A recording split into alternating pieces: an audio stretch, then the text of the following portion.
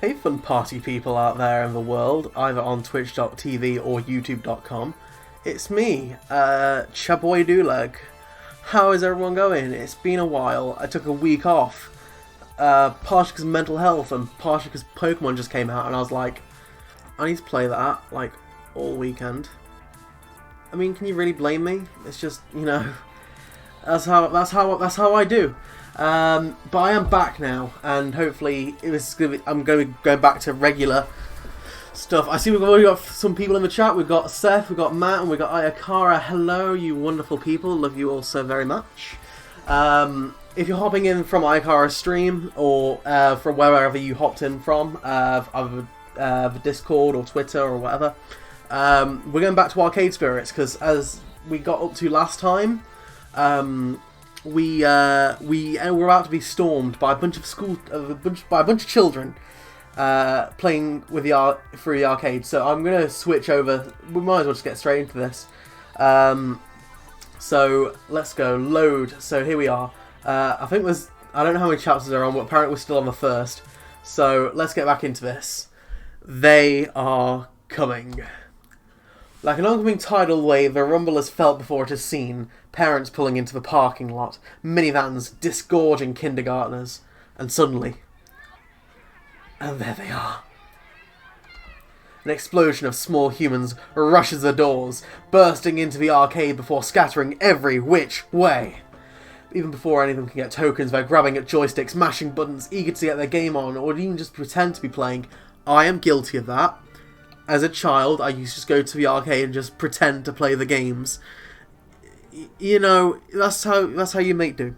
The crew assumes battle stations. Naomi by the fragile pinball machines. Ashley near the door, trying to distract the incoming kids to greet them. Gavin, armed with pre-stacked $10 rolls of tokens, quickly exchanges them for the adults. Beats waiting in line at the change machines. As for pro gamers, well, Queen Bee and Tio's friends bolt for the exit, abandoning them. Keen on getting out ahead of a surge of kiddies, I guess. That's all very well and good, but I've got no idea where I'm supposed to be. Roaming duty, Gavin said. Look for trouble, Gavin said. I mean, I was doing that before, but now the chaos has multiplied. Do you not have arcades in Germany, Ayakara? That's a shame. Maybe you could start that. That's, you know, your next project. You just build an arcade. Germany's only arcade. That'd be great. You get, like, tons of stuff in there. Like, you get tons of people, I imagine, if it's the only one, but... From a few moments, I'm like a pinball, being bounced around, or like that frog trying to cross a highway of traffic. Eventually, I spot 3 possible problems on the rise, and Doulegg, me, professional floor attendant, is ready to attend to them. Which one of me should I tackle first, though, and may not be able to deal with them all in time? Oh! So we got 2 kids fighting over booked cupcakes, an angry adult shouting at a kid near Tio and Queen Bee, or a little girl crying over her stolen tickets. Oh jeez. Oh no. Oh, this is thingy. This is a tough decision. I think an angry adult shouting at a kid, that sounds like a thing to sort out. So, the sound of hardship calls me from the Fast Cars 5 racing games. Shouting adults and crying children are never particularly good signs, and I hope beyond hope that I can take this on. I shake the discomfort off. Now's not the time to doubt myself. I need to find out what's going on, and stat. As I get close to the revving of engines and the clacking of shifting gears, I see a grown woman berate a cowering boy. I didn't. Admit it, I know what you did, you brat. You manipulated my precious son to put his tokens in your game. You should be ashamed of yourself. I'm so sorry. Children like you are the absolute worst. Garbage! Mom, please keep your voice down. There's no need to shout. That's a child, no less. What's going on here? This jerk of a boy told my sweetest beyond sweet Josh that he should put his own tokens into a racing machine so he could play the 3. Josh earned those tokens from his own allowance, and I won't let some devil child steal his money. Let's just take a moment to calm down, okay? People just play games at home now on their phone. I mean, yes, people do have like home consoles and mobile gaming now, but I feel like there's still a market for arcades. I mean, like, I'm not one to leave the country at all of the wonderful United of Kingdom. So I spent most of my childhood going to seaside towns. And, like, they're still super popular at seasides. One I went to a long time was Skegness, and there's a whole Skegness pier there, and you can probably get some level of market out of it. So who knows? Who knows? Let's take a moment to calm down, okay? Before I say anything else, I spot Queen Bee and Tio at the corner of my eye. Queen Bee looks infuriated, and Tio has buried his face in his hand.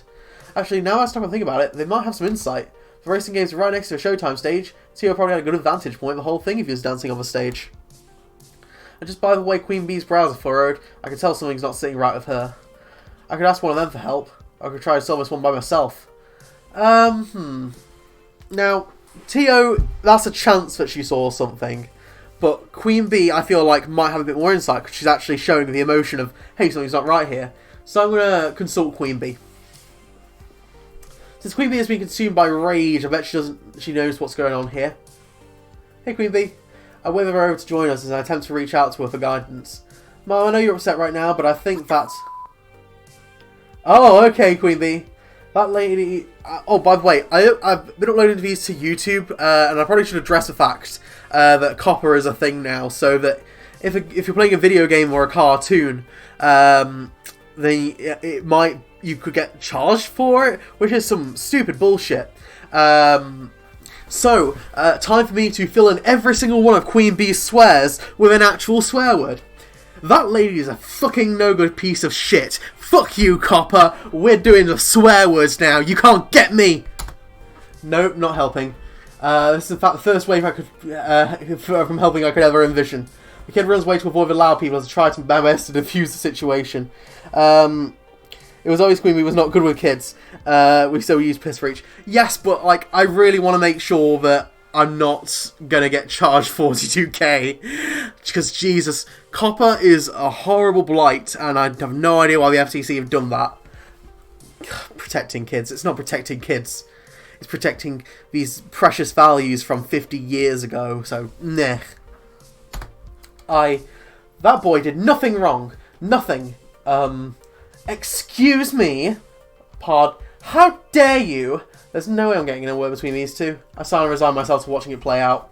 How dare I? How fucking dare you for yelling at that kid? I don't care if what he did, sorry, let me try that again. I don't care if he did what you claim or not. You got no right to traumatize him over it. He's a thief and he'll grow up to be a no-good criminal. That still doesn't fucking matter. Do you honestly think take a single fucking second of your life to really think that shouting at a kid is an effective way to handle this? You can't tell me how I should act. Who do you think you are? I'm the nemesis of evildoers, righter of wrongs. I'm the rising star of L7 Gaming. Queen Bee poses in a trademark pose. No one can defeat me, Queen Bee. Oh, I'll say that. In the name of Thumplex, I'll punish you. Well, I never. In all my years, you're far worse than an impudent child. Josh, we are leaving this horrible arcade. Right now. Well, that's one way to handle it. So Queen Bee probably might not be the best option. But it solved the problem, I guess. Woman scoops to a child and storms out the front door. Don't think we'll see her, I guess, on anymore again. And frankly, I'm okay with that. Once they're gone, Queen Bee turns attention back to me. Ugh, people like that really piss me off. There we go, I said piss. Should have done Tio. I mean, Tio could have seen something, but... judgment call at the time. Judgment call at the time. My blood's still boiling. Hey. Oh, and hey, thanks for backup. You're welcome? I really didn't do much of anything. Yeah, well, I knew you had my back, kid. I can sense that you're like me. I can't stand to see people getting screamed at. It sucks, you know? Queen Bee's whole aura changed from her normal upbeat snark to being completely down in the dumps. This is a side of that I haven't seen since I just met her like 2 minutes ago. She just looks so sad. I'm not going to pry. Queen Bee, are you doing okay? You yell at people all the time. I'm going to be kind here. Queen Bee, are you doing okay? I know it's really none of my business, but I feel like I should ask about this. Looks like the incident hit hard. Hey, everything alright? It's okay, you can tell me. She pauses for a second before a normal smile creeps back on her lips. Seriously, I'll be fine. I just don't like seeing adults treat kids like their future is nothing. Like they're worthless stains on society. A lot of people tell me I should never be a professional gamer. I should quit daydreaming. And I say, fuck those people. Don't let anyone tell you who you are. Hey. But hey. Thanks. Oh. But hey, thanks for asking. I appreciate it, kid. Okay, show's over. You should go check on that boy. The boy! I totally forgot. You're right. I always am. Now, excuse me. I need to try and squeeze in a few matches before my quitting time. Yeah, I like Queen Bee. I think she's definitely assertive, but I think she could become a great friend of ours. I'm not feeling a romantic thing with her, but I think she'll be a good friend. So Later. Queen Bee takes one more moment to triangulate the safest path to a fist of discomfort through a sea of children. I've poken around a bit. I managed to find the kid, still shaken up from the whole ordeal. Hey, sorry about that. Are you gonna be okay? I think so. I swear I didn't do anything. The other kid, he just came out of me out of nowhere and dropped his token in my slot. After I lost, I got off the game and offered it to him. He just ran away. And that woman approached you and started yelling. The boy nods, wiping his snotty nose on his shirt. Uh-huh. If there's any consolation, the bad lady is gone, and I don't think she's going to ever be coming back. Especially after the way Queen Bee burned her. The boy, cheeks still streaked with tears, lets a smile out spread on his face. Thank you. Thank you, and tell the other lady thanks for sticking me up to me too. I nod and the boy scurries off to rejoice with his other friends. Right, that's that sorted out. But the other two situations are about to spin out of control. I've only got time to deal with one of them. Which one? So, two kids vying over... So, box of cupcakes with Naomi and Ashley, or a little girl crying over her stolen tickets near Percy and Gavin. I think cupcakes are easy to handle, so I think we should go with the stolen tickets, because that seems a bit more serious. I weave my way through the waves of children towards the skee-ball machines. One little girl sitting at the end of a skee-ball ramp, crying, no parent in sight to settle her, so the task falls to me. I'm guessing I should be a bit more cautious about this sort of thing, with that lawsuit happy parents looking over by vending machines ignoring their kids, but Floor Attendant Doulegg decided to take the case, all the same. Hey, my name's Doulegg and I work here at the arcade. What's wrong? Can I help? The sobbing pauses. She looks up at me. I lost my tickets. Someone stole them from me. I played and I won a bunch of them, but then I put them down and I was talking to a friend and now they're gone. I glanced around, but in a sea of kids, it's impossible to tell who the thief could be. I don't even have any more tokens to play with. I spent them all on skee-ball and my tickets are all gone now. Ah. Easy, easy. We'll figure this out, somehow. Although I've got no clue where we can start, or to be honest. Maybe as a witness of a crime, Percy would know I'm going to be other redemption game area based on where Moopy's positioned. And Gavin has a ticket desk, a veritable crow's nest for the whole arcade. He could have spotted something. Or I could spend rules and solve this directly. Let's see. Maybe Percy thought something I could do this quietly, and he's going to die to further plot for it. He'll have to see whether his tickets went, or he know what to do, at least via arcade policy, or just give a kid some replacement tokens from my own stash. I'll take the heat, no problem. Now, my reasoning, I think I'm going to go with Gavin, because Percy is fine. Like, I think he's probably not going to be able to look up from his game, to be honest. And if I did it for my own thing, I'd rather not take the heat if I can find out. And besides, I think the person who stole her tickets should be really brought to justice. I say that like I'm Batman, I'm not. I'm an arcade attendant, but let's go talk to Gavin. Let's go talk to Gavin and see what he says. Nope, not going to mess around with this one. Theft is serious business. It is. Hey, anyone? You get your stuff stolen? You tell somebody, because that's not cool. Wait, right here? Oh, sorry. Wait right here. Okay, kid? I'll go get help. We'll go to get to the bottom of this. I promise. Okay. There's Gavin. I duck through the crowd, weaving my way back to the ticket desk. Hey, Gavin, that girl over there? Boy with red hair, currently playing Frogger. But still got tickets when she wasn't looking. Wait, you saw? Of course, what of it? So do we bring up his parents for cops? Wait, you didn't know and you didn't know anything to help? That's not what struck us how we replace them. So do we bring it to his parents for cops? I think maybe it's just Gavin couldn't leave the roost. So I think we'll go with the logical option for this one, because I don't think we're doing much of the logical options anyway, so let's do that. Okay, so how do we wheel this one? We go to confront the rat's parents, or grab the cops, just work him over under hot lights. Honestly, I just suggest letting it go. If you confront the child, he'll climb up and refuse to have a wrongdoing. The parents group wise as mature as I've found. Right now, I just want to keep the peace. One girl crying is less a disturbance than a boy throwing a tantrum. Wade stands there so stoic and uncaring, while that girl in pink just sobs. It's not right. I mean, seriously, it's not right. But he's my boss. How far do I want to push this? Gavin, I have heart. What makes her sadness less important than a boy's potential tantrum? I call bullshit on that. I thought you were about supporting others' dreams. Well, I can't say I like it. It was your call. I'll wash my hands off this one. I'm going to go with the heart. I'm going to go with the heart. No, it sounds... Yeah. Come on, Gavin. So you let one customer feel like crap just to avoid having another customer maybe feel like crap? A thief, may I add? There's keeping peace and just allowing suffering just because it's a path of least resistance. We're losing a customer today regardless. I'd rather not break a little girl's heart to do it and let a bully learn he can do what he wants. At first it looks like he's going to chew me out for standing up to him. But... You think me a monster? I hadn't intended. Of course I feel bad about this. I feel bad for her, and he shouldn't get away with this. I'm just trying to protect the arcade as a whole. Then do it. Protect the arcade by protecting the gamers and their dreams. He sighs like a stress release valve yawning open and closed. Indeed. You're right, of course. Apologies.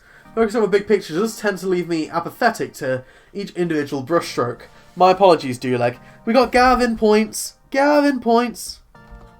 I'm lucky I had you to put me back on track. Your predecessor wouldn't have stood me up to me like this and shown me how wrong I was. Now let's sort this out properly. Gavin walks right up to the kid. Oh shit! Yes! We're getting to the kid. We're getting to the kid. I thought we were just going to replace the tokens so we'd keep both of them. But nah, we're standing up to this kid. Hell yeah. Yeah, fuck bullies. Gavin walks right up to the kid who's busy hopping a frog around traffic. Wouldn't mind seeing this player play in traffic myself. Whoa! Whoa! That is harsh. Right, hold up. Hold up, right? That was harsh. That was way too harsh. The kid stole some tickets, didn't stab your nan. Like, what the fuck, me? I didn't... right, Doulegg of this game and Doulegg of me, like, for one speaking, we must be very different people. Because I would never wish, even for a thieving child, for someone to walk into traffic. Not good. Not doing that. Alright? Jeez Louise. Oh, sweet mama jumma. Okay. Let's get back on with this, but come on, me. Oh. Return. There we go. Boy. What do you want? I can't help but notice that roll of tickets in your pockets. Big winner, are you? The biggest! Got 'em all playing! That spinning colour game over there, see? Really? It's funny, see, I own that game. May I see a roll, please? I don't want to show you. Well, I can see the end poking out of your pocket there, and I can see the serial number of a ticket starts with 1. Which is interesting, because the roll I loaded into the colour spinner, it started with 2. I think not. Meaning those tickets were one playing skee ball, specifically by that girl over there, and you took them. You're a liar! Leave me alone! I'll lay off my mum! Oh, that voice. I've got a drink here. That's better. Oh, that voice. I'm so glad this kid is a minor character. I just realised what the voice is, and it's like, do the roar! From Shrek Forever After. I just ruined my voice again. One moment. Big sip in the chat. Yes. Still got it. You're a liar. Leave me alone. I'll go for my mum. Seriously? Do you really want to risk having your mum believe you instead of you? Instead, how about you give me the tickets and walk away? At first, the kid looks like he's going to shriek bloody murder. A few nervous glances at his mother, busy munching chips from the vending machine, change his mind. Take him! I don't want him anyway! He angrily stomps away, presuming to go play some other game on the other side of the arcade. Yay! You did it! You found my tickets! The girl actually hugs me. Well, hugs my leg anyway. Thank you. How tall am I? Because, like, this kid, like, I mean, obviously she's drawn, but I'm guessing somewhere around maybe, like, 10 years old, as a guess. So, like, she's definitely tall enough to not have to, just my leg, you know?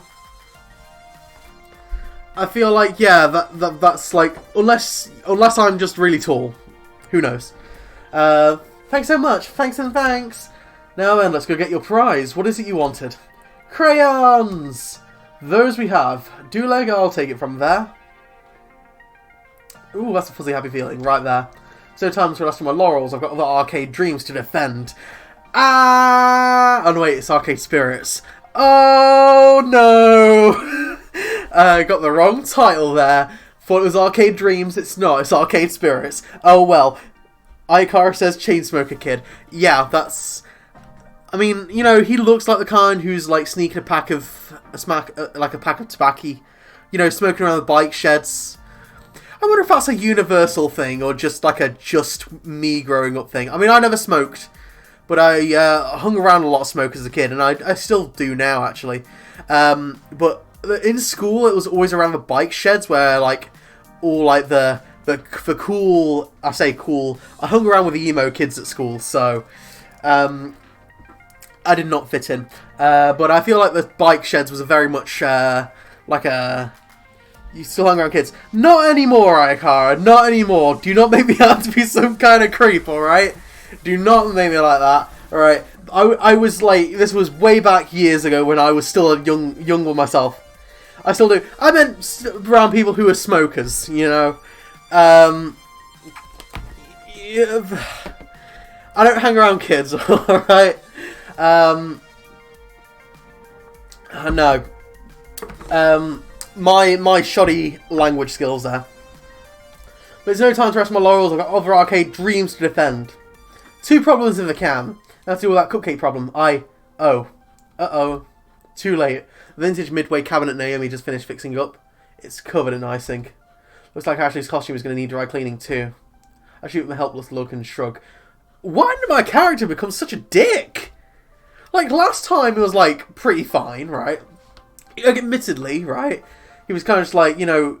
He was kind of just, like, a bit deadpan. But... What the fuck?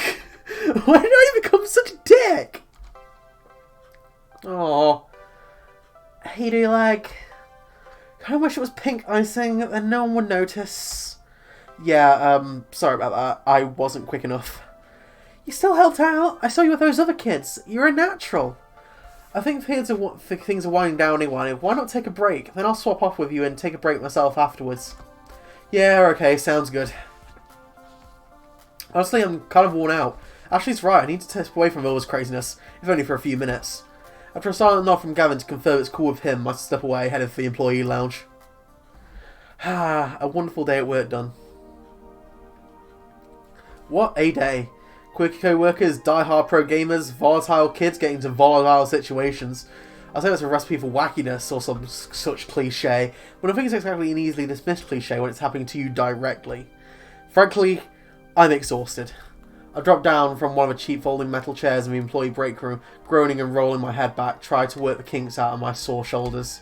I spotted an upside-down kid. Oh, okay. Huh. Oh wait, I'm the one leaning backwards. I sit up and turn around instead. Okay, I just thought it was like a kid tied to the ceiling. Better. Wait, what's that kid doing back here? Hey, I think he was hoping I wouldn't notice him. Hi. Hi, and you are... Mikey? I'll start. Hi Mikey, my name is Doulegg. So, what are you doing back here? This is an employees only area. Wait, there's a keypad. How'd you get in? The guy in the dress dropped this. He holds out a piece of paper with a door code written on it. Huh, score 1 for Ashley's wild storytelling being more fact than fiction. Okay, but you can't stay back here. It's, well, I don't see any knives or stabbing implements left out in the open, so I guess it's technically safe, but... Please don't send me back out there. Oh. Well, this is curious. I lean in so it can be on the same eye level. Something wrong? You can tell me. I work here. I'm a guy who solves problems. No problems. Just don't want to go out there. Don't you want to play with your friends? And he gives me the most cynical, bitter laugh I've ever heard out of a kindergartner. I don't got any friends. I don't know anybody here. My family just moved to the city. And before that, we lived in another city. And one more for that, but I was too little to remember. Mom told me to come to the party anyway, and I didn't want to, but she took me anyway. And then she left because she's got to work. New kid in town, huh? I don't know what's going to go on with this kid. I don't know if we're going to have to take care of him or what. I have no idea, but who knows? He nods mutely. Still, I should have busted him here and then, brought him back out to party where your parents could supervise him. I should have told Gavin. I should have enforced the rules of the arcade. Okay, kid, I won't tell on you. But if you want to stay back here for the rest of the party, I'll keep you company. Thanks. You really won't tell my mom? Nope. Why? I thought you wanted me to want to go. You're an adult, like Mom. Hey, I wasn't always an adult. I was a kid once. The new kid in town, in fact. You were the new kid? Yeah, although for me, that started happening back when I was 10. Again and again, moving from town to town, school to school, never really making any friends, not for years. Mum and Dad kept on losing jobs, taking on new ones, worse ones. They were working all day, too tired when they came home to do much of anything. After years and years, I stopped hoping things would get better. I decided to take what I could get. I'd go with the flow. What does that mean? It means you don't care. Some things are good, some things are bad, but you don't care. You just do what you have to do without really being sad over it. But that sounds so sad. You weren't sad? It's sad to never care about anything, right? I guess I was sad. I just told myself I wasn't going to be sad, even though I really was. This is sad now. I'm sorry. Sad piss in the chat. And then I bite my tongue. Hard. Because my involuntary trip down memory lane was not helping this kid out. Wouldn't help little Doulegg out if an adult did this for me. So instead, I decided to be the adult that little Doulegg would have needed. Hey, it could be totally worse. Aliens could attack. When always was bad, life is ups and downs. Your mummy loves you, that's why she works hard. This won't beat you, right? You're a tough kid. You need to take the time you need. I'll stay with you. I think let's be the heart one, I think. That's probably the best one to go with. You know, your mummy loves you, Mikey. She loves you very, very much. When I was a kid, I was mad at my parents for moving all the time, taking different jobs. It made things very hard for me. But now that I'm older, I know they were working hard because they love me. They wanted the best for me, and they were doing their best to get it. Life can be hard. Sometimes it's just no fun. But there's one thing that's always there. Love. They love you. Aww. Suddenly I'm getting some real mood whiplashes from this game. Like, especially in terms of my play character, because sometimes it's such a dick, and sometimes they're fine. Right. But they love you. You shoots me a doubting look. One of those little doubting looks where they don't want us to outright call something a lie, but can't quite swallow it. Mikey, if your mum was sad, what would you do to make her happy? I mean, if you had to go to school an extra 2 hours a day, would you do it? I guess. That's what she's doing. She's working very hard because she wants to make you happy. I'm not happy being alone, or moving all the time. Neither is she, but she knows if she works real hard, one day you won't be alone. You won't be moving all the time. I was a new kid, remember? But now I'm at home with my best friend and a good job. I work in an arcade. How cool is that? You can also not make friends even without moving. Ayakara, you wherever you are our friends, and the internet is a wonderful place where wherever you are, you have friends now. So keep it real, yeah. You too, Seth and Matt, if you're still here, and anyone else who's in the chat as well. You know, I can see 4 people watching it right now. It might be more, might be less. Don't know. I'm on the Twitch app right now, so. But anyone who needs it, friends, like making friends nowadays, can be done in so many more ways. I'm not going to say making friends nowadays is easier, because I feel like that takes like the pressure off too much. Like oh, you know, your thingy, you know, like you don't have to do anything. But you know, like gaining new friends is more accessible. It's different though. You can't just come by and pull me out of here. I'll grant you that, but like I say, in a way, the internet's like a different place. It's like a meeting spot of minds and people. So I mean, I'm not going to say, you know, I'm not like a proper therapist or anything, but you know, all I can say is that I consider you guys my friends. So it wasn't easy, and our parents were often sad. I was often sad, but we pulled through, and so will you. Just remember, she loves you, and you love her. That'll get you through sad times. Huh. It's not a great answer. It doesn't solve a problem. But it does make things a little bit easier on Mikey. From his long sigh, I feel him releasing his sadness before offering a little smile. Not a big goofy grin, not the high of happiness, just a simple understanding. I love Mummy. It's sad. A lot. But I know it's not always sad. Even when she left me here, I know she's coming back. Hey, you know what? You still got some time to enjoy the party, even if you don't want to talk to your kids. There's lots of games you can play. And hey, maybe you'll get to know someone while playing a game. Arcades are great for that. I'm sure a lot of them could have had sad times too, and they could use someone to play with. Someone who understands. Thank you. I want to play the skee-ball games. I'll spot you a few tokens. Let's get you rolling. I take his hand, lead him back out to the playing room.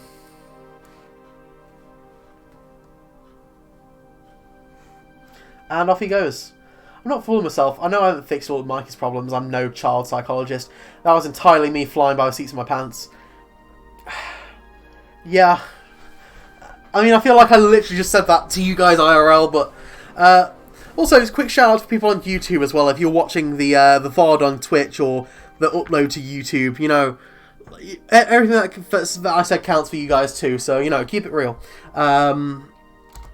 But for one moment there, I was able to help someone in the same crappy situation I found myself long ago. 15 years ago. Everything changed. No more family vacations, no more arcade visits. We couldn't afford them, they couldn't take time off work. The whole Possum... Hey, I forgot we had our last name was Possum. The whole Possum family had to learn to settle, to accept the lot in life we've been dealt, to simply go with the flow, never hoping, never wanting. I like the idea that I was raised by a family of possums. Just like, you know, like those feral children you find that they're raised by wolves, and like they howl and hunt and live in packs. I like the idea of that, except I was raised by a possum mama and now I just hiss at everything. So, you know. Juniper did her best to pull me out of that mire. I'd only known her a few years, one of the few stable times in my life, but she knew the edge I'd been pushed to. Now here I am. Today's been, well, bonkers. Alternatively boring and hectic, surreal and way too real. But I can honestly say I'm more alive today than I've ever been in a very, very long time. Beep beep! Beep beep, Doulegg! My emotional voice analysis of routines combined with your body language suggests that you're very happy right now. Yeah, I guess I am. How did you know? I just told you, silly. I mean, how did you know I'd love this job so much? Oh, I know. I didn't. What? I lied. I was 47% sure. Oh, it has elements that seem to clip your optimal social requirements, a fun atmosphere, spirited co-workers, helping people out, and so on. Also, I cross-referenced your roommate's postings when talking about how much you enjoyed arcade visits when you were a kid. Still, 47%. 99.97%. I was 99.97% sure that if I said I was 99.7% sure, you'd be willing to give it a try. Did I also learn how to play dead? Yeah, watch me right now. See? Yeah, there you go. You know, I'm pretty good at it right now. Nothing thanks Juniper for, I guess. You're a very weird little app, you know? I try to be. Do a face cam. Look. I tried my best. I think I did pretty well. From the cars pulling into the parking lot, looks like the party's over. It's just about closing time for the arcade anyway. Most of the gamers have filed out by now if they hadn't already fled by the tidal wave of kiddies. First impulse is to go book Kevin about my paperwork, but if that can wait, I'll go help someone with the tidying up and maybe see how the VRP gamers are going. Not enough time to run around checking with everyone though, who do I want to hang around with? Gavin's tapping his tablet and frowning, I guess I'll go right to him. Ashley's quiet repairing a costume, maybe she can use company. Naomi's prying gun out of the coin slot and looks ready to cry. Queen Bee's packing up her gear, ready to go home. Tia's cooling down with some Fast Cars 5 before the day is through. And Percy's finally finished his Moopy game and is ready to leave. I'm leaning towards Ashley, and I don't know why. For all we know, you just bumped the table. Ayakari, you psychic. How did you know? I'm seeing Steph saying Tio. And yeah, we haven't seen Tio, but we also haven't seen Percy either. Naomi has it worst. I mean, yeah, that's a good point. Ashley's also got stuff all over her costume, though.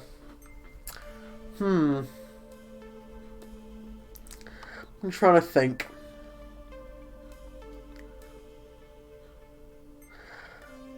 I'm going to go with Ashley. And I don't know why, but it's like a gut feeling, you know?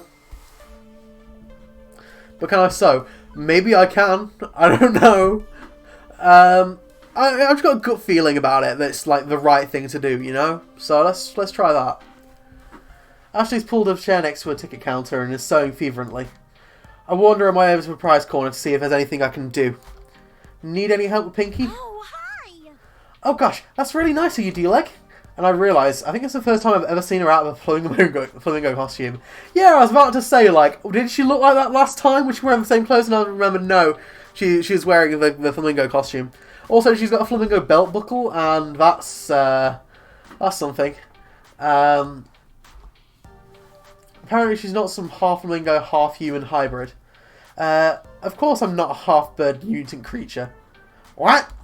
How did you... Oh, did I not tell you? I'm a cosplayer / arcade worker by day, psychic detective by night. I solve all matters of grisly crimes with my ability to read people's minds. Even now, I'm looking into your deepest thoughts. My deep thoughts are a cat. Okay, prove it. Enter my mind, think of nothing. Okay, prove it. If I learn anything about Ashley, it's that this is probably one of the storytime adventures. I could contest it. If that's the case, then tell me, Miss Psychic Detective. Tell me what I'm thinking about. Right now. Ashley rolls her eyes with a smirk. Relax, I'm just messing with you. In my defense, a quizzical look all over your face told me everything I need to know. It's always weird seeing people out of their costumes. I've done the same thing with other cosplayers. Couldn't recognise them outside of wigs and makeup. I don't take it personally. Plus, maybe I'll even trick you when I'm in one of my other costumes. But for now, I'm going to focus on helping Pinky out. How bad is it? Well, luckily Pinky's arm's still intact. My stitch job held up. But some kids pulled out a few of my tail feathers. Thankfully, you kept it from getting splattered with cupcakes. Did I? Did I? Okay. I thought I didn't do that. This kind of stuff happens all the time. It's just more common at these chaotic birthday parties. I've become quite deft at fixing Pinky up after all these events. See? Look at all that. That was my last stitch. Not bad. It looks almost new. Ah. Oh, there we go. She said it. There we go. I guess this game doesn't need my voice now. You guys just want a silent stream where I press a button every few seconds? Is that what you want? Huh? I'm going to take a drink. Got some Ribena. It's very nice. I like the strong one. You know, you really did well out there today. You should be proud of yourself, no matter what Gavin says about you. Yeah, wait, what? Well, I'm pooped. I think I'm going to go home and take a nice bath and relax. Bye-bye. No, wait. Come back. Here. Too late. She's gone. Guessing she was messing with me anyway, right? With things winding down, there's just one last thing to take care of before I'm out the door. I seek out Gavin to handle the remains of the day. Doulegg, good work today.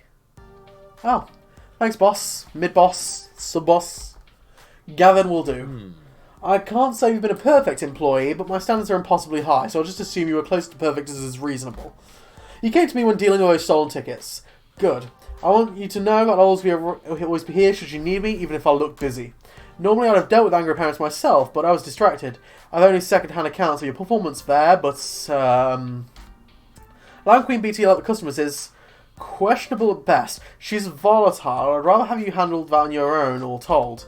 I'm pleased to say that the style of Mr. Poopy's magic maze for the full £3 will indirectly offset quite a few of these costs. I'm glad you consulted me on that and stuck to your guns on pricing. Even if I'd be happy to get rid of that relic entirely. Why is it still here is a good question. Wasn't it clear I wanted it gone? Percy didn't want to break up the family. They're machines, not people. Oh, sorry, that was his voice. Machines, not people. He also didn't want Naomi to be sad. Yes, well, Naomi needs to learn to let it go, I'd say. Ahem. Francine! Are you giving our poor little Doulegg a hard time, Gavin, dear? Miss Francine, I thought you were napping. Be sensible. Neighbour's dream matters too, as does the dream of Percy, that poor fellow. Poor? Isn't Percy stinking rich? Everyone has a dream they're chasing. Gavin, I know you mean well, but wanting to keep everyone's dreams afloat, but sacrifices made of that name which shatter the dreams of others, well, that's not what the Funplex is all about. Doulegg, you understand, yes, the reason why. Why am I here? That's the question she asked me during that interview. Now I think I understand. I came here today looking for hope. Hope I could do more in my life and compromise, settle for what I can get, and go with the flow. Everyone I met today is full of hope. Gamers chasing scores, people following their passions. Nobody here is willing to give up on their dreams. Not even you, Gavin. You know you're better than this, Gavin. We don't settle. We chase after our hopes and dreams and won't accept anything less. I see. Apologies. Doulegg, Miss Francine, I apologise. It's difficult to balance my idealism against my realism some days, but I know in my heart I need to err on the side of idealism, even if my mind screams in protest. I can assume you're still keen to work here, Doulegg? I don't even hesitate before replying. Absolutely. Gavin fetches a nearby short stack of forms. Fill these forms out by tonight, hand them in to me first thing in the morning, and welcome to the Funplex. The broken neon sign says Funplux. People still say Plux. Has anyone ever said Plux? I've never heard the term before, if I'm honest. Old lady, date the old lady. We can't date Francine. Not allowed, illegal. Welcome to the family, I'd say. I'm sure you'll fit in just fine, Doulegg. I think that's our first day of work done. Hell yeah. One bus ride later and it's home again. Late at night. Jiggity jig. Is that a thing people say? I don't know. Plux is just a variation on Pluz. Yeah, probably. Yeah. I'm just looking at the keyboard right now. Z and X right next to each other. So it's probably just people putting an X where it's supposed to be a Z. Juniper! I forgot all about Juniper. Hello, Juniper. Juniper, ordering home from work, bounds over eagerly to interrogate me on my day. So, how'd it go? It went well. Well, or well, really well. Your little that came through, though. Despite being terrifying and omniscient and just a little bit unnerving. You forgot to mention adorable! That was Thingy's voice, wasn't it? That was Thingy. Not to mention adorable. That's wonderful. I'm so glad to hear things worked out. And you even came home with a smile, like when you were a lifeguard. Huh. I guess I am smiling. Interesting. She has kitty stockings. She does, and they're adorable. By the way, there's just one teensy-weensy little question I have for you. Oh, okay. Why exactly did you order a giant crate full of pizza bagels?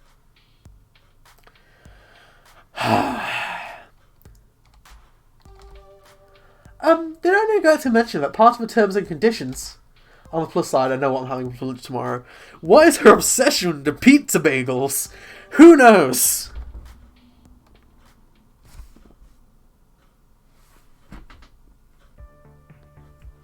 And that's level 01 of Arcade Spirits complete. Hey! Hey, look, you also won a prize, and I got an achievement for that. Pull your quarter up. You'll get one of these for each level you clear, plus some extras for various endings and other hidden thingies. Now let's see your score. Gavin seems to have taken a shine to you. You're proving to be a gentle, sweet and compassionate soul. Also, you've scored 6,250 points. Nice! Keep talking with people and your score will go up, up, up. Today's pizza fact is, Americans eat approximately 100 acres of pizza each day, or 350 slices per second. Wow! Wow, that's a thing, isn't it? Pizza Bagels are probably a sponsor of the app. Possibly, yeah. I mean, it's like Code Geass, the anime series, got sponsored in Japan by Pizza Hut. So, like, there was this one character in it who was constantly eating pizza. Just all of it. 350 slices of pizza a second. That's just me alone. Oh my god. Well done. If you can eat that, then, like... You know, Domino's in Japan do like a 1 kilogram of cheese on a pizza. I've seen that. It's incredible, but it's terrifying. You want to save a game before it proceeds level 2? Save the game. We'll overwrite that save. Okay, so let's go. Return back. So here we go to chapter 2, or day 2, or whatever we're calling this. What is this? Arcade Spirits. Written by Stefan Gagni and Ian Schumann. Copyright 2019. Level 2, Chasing Ghosts. It's levels, of course it's levels. Why did I not think it's levels? So you're going to date? I don't know, it's whoever I feel the most connection with, I suppose. There's like characters that I feel like are more of a friend situation.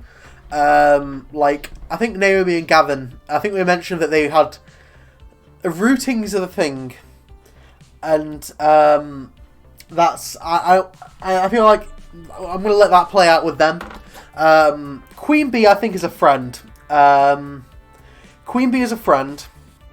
I don't see my character and Queen Bee dating. But I think he's a fine friend.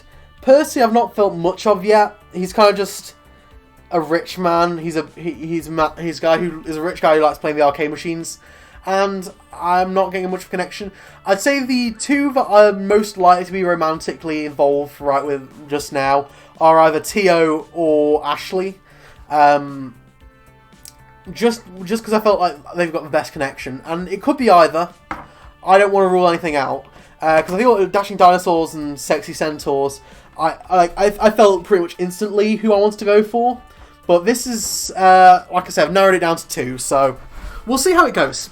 Let's thingy. I put 500 grams of pre-shredded cheese on a homemade pizza once, and you say once. Yeah, I feel like your stomach would probably not be able to handle that after that, so please don't try that again, because I don't want you to be in pain.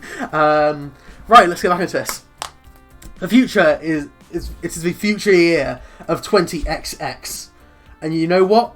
Things are pretty okay. I've worked as the floor attendant on Funplex for 2 weeks now. Hard work to be sure, but rewarding, in a spiritual sense at least.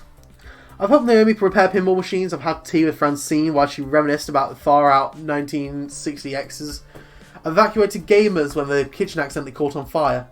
I've had numerous kids puking up nachos on my clothes, and I've scraped gum off any number of surfaces. I've chased what seems to be entirely too many spiders out of a single skee-ball machine. Oh no. I can't anymore. I'm developing lactose intolerance. I didn't know that's something you could develop. I thought it was like just there from the start. I don't know. But if you are, then I'm sorry to hear that, Ayakara. I genuinely am. Because no, it comes with age. Does it? I thought it was like you had it from birth and then you kind of just live with it. It's like, oh, you know, I'm lactose intolerant. Had it since I was a kid. But yeah, I'm sorry to hear that. Speaking of a sort of cheese situation, I ended up trying a bunch of cheeses yesterday because basically me and some of my fellow streamers, Brett and WXYZ and their partner Zach, we all went out with a few other people and went to do a few things. I think we did an escape room and some burgers and stuff like that, which was very, very nice. Loved it. But before I got to the escape room, I was like, Zach likes cheese a lot, so I'm going to buy him some cheese because it's his birthday. So I went into this place, and it is literally called the Cheese and Wine Emporium, and it sells cheese and wine. So I go up to the counter, and there's a whole bunch of cheeses sitting there, just all there, waiting for me to tuck into. And there's this lady next to me, and she's trying this cheese, and she's like, this one's really bitter, I don't like this cheese, and she keeps on saying it. So I take a bite of it, it's fine, honestly. Like, in fact, I think it's actually one I ended up buying for Zach. But I thought, I'll take out a few cheeses, you know, see what my options are. And tried a few, like this charcoal one, very nice, you know, stuff like that. But then I came to this one called, I believe it was called the El Gringo. And what this was, it was lime, tequila, and chili. Now, I can handle my spice. I like spicy stuff, you know. I tend not to go to the spicy stuff all the time. But, you know, I'll occasionally like a bit of spice. So I think, oh, you know what? That sounds rather nice. I'll try that out. Put it in my mouth. And the guy says, the guy behind the counter who's like sort of selling these cheeses is like, so, you know, you can really taste, like, it's like that bit in Willy Wonka's chocolate factory where they eat the gum and then it's like the flavours come 1, 2, 3 rather than all at once. And I put it in my mouth and I was like, oh wow, that's really limey. And then I tasted the tequila and I was like, wow, I can taste the tequila. And then I get to a chili. And again, normally I can handle my spice, but in that moment, I started coughing horribly. And as soon as I went, that, and I was about to say, that's way too spicy for me. But I didn't say that. I went, oh, so spicy to me. And I just lost my voice. There's a cheese that made me lose my voice. And I've never had that happen before. But I was like, can you please go get me a glass of water? The poor guy just had to go get me a glass of water, because otherwise I would have not been able to speak for the rest of the night. But yeah, I ended up going with the extra mature cheddar. So,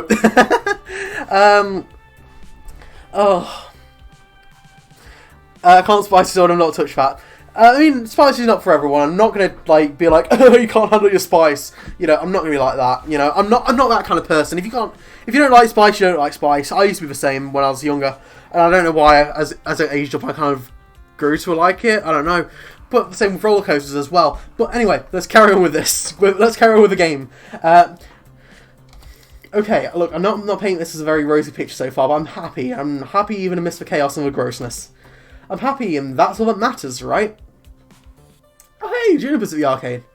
Right, you're happy. That's the best I've seen you in ages, Doulegg, before you come home all drained and exhausted. Now, well, you're still tired, but good tired.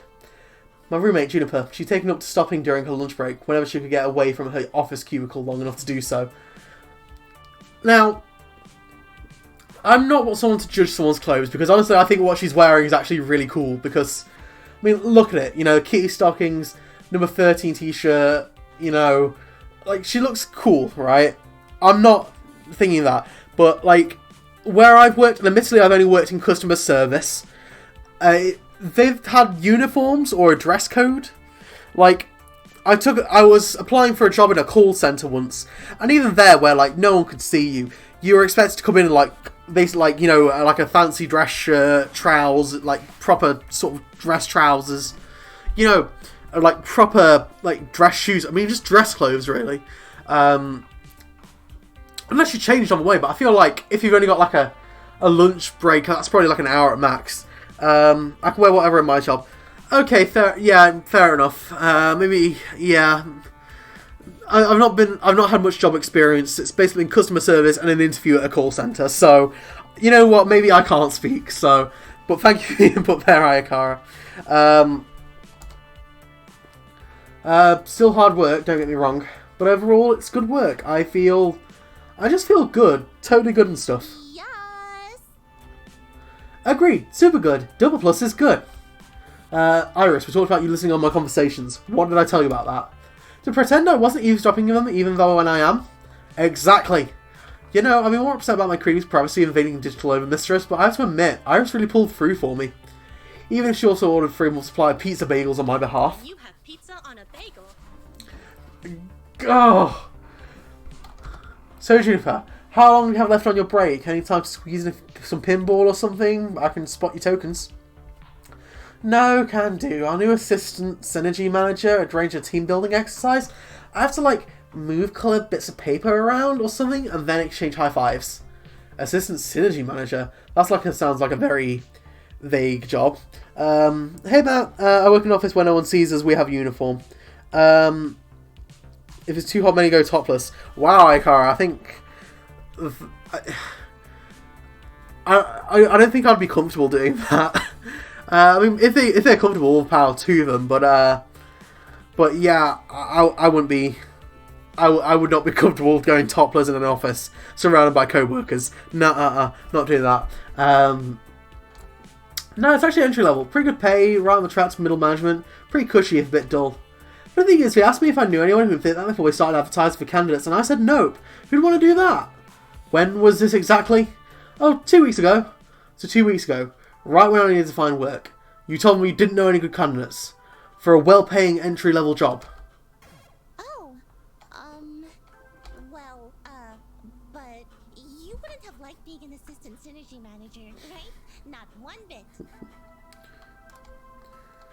You're not even comfortable seeing them topless, but I can't complain. I mean, yeah, like...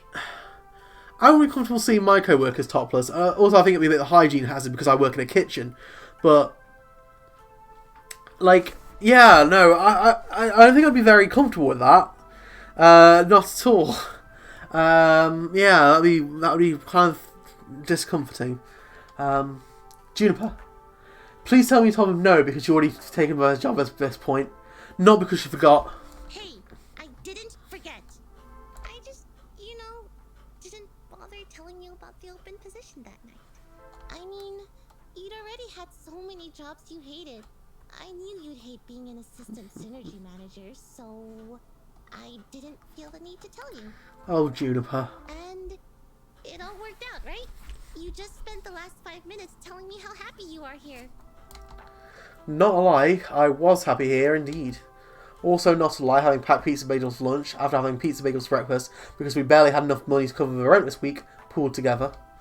Also not a lie, Gavin constantly hiding the numbers from us, insisting all things were all fine while dryly joking about potentially being on the edge of crash and burn. Also not a lie, that every time someone in my family tried to chase after happiness instead of stability, we fell deeper and deeper into debt and misery. Ooh. Doulegg, say something, you're scaring me. When I lost my lifeguard job, I barely reacted. Didn't care that I was impoverished again and facing an uncertain future. I guess one of the nasty side effects of no longer going with the flow is no longer being numb to the reality of your situation. I shouldn't feel upset. I've been genuinely enjoying my new job. It's restored my sense of hope that my days can be something to live through, not just endure. I have no right to be angry or upset at losing an opportunity at a safer, more stable future, right? It's okay, I'm where I want to be, honest truth. It's okay, everything is fine, lie to protect Juniper. Or it's not okay, why don't you tell me, harsh truth? I mean, I am where I want to be, so... I mean, this wasn't... I came here because I was happy, I came here because the robot offered me a job here. So, I think the first option is fine. Yeah. Assistant Synergy Manager, Assman. Thank you, Ayakara. I always appreciate that. So I'm angry or upset. Simple as that. I said I was done compromising, right? Done with settling, going with the flow.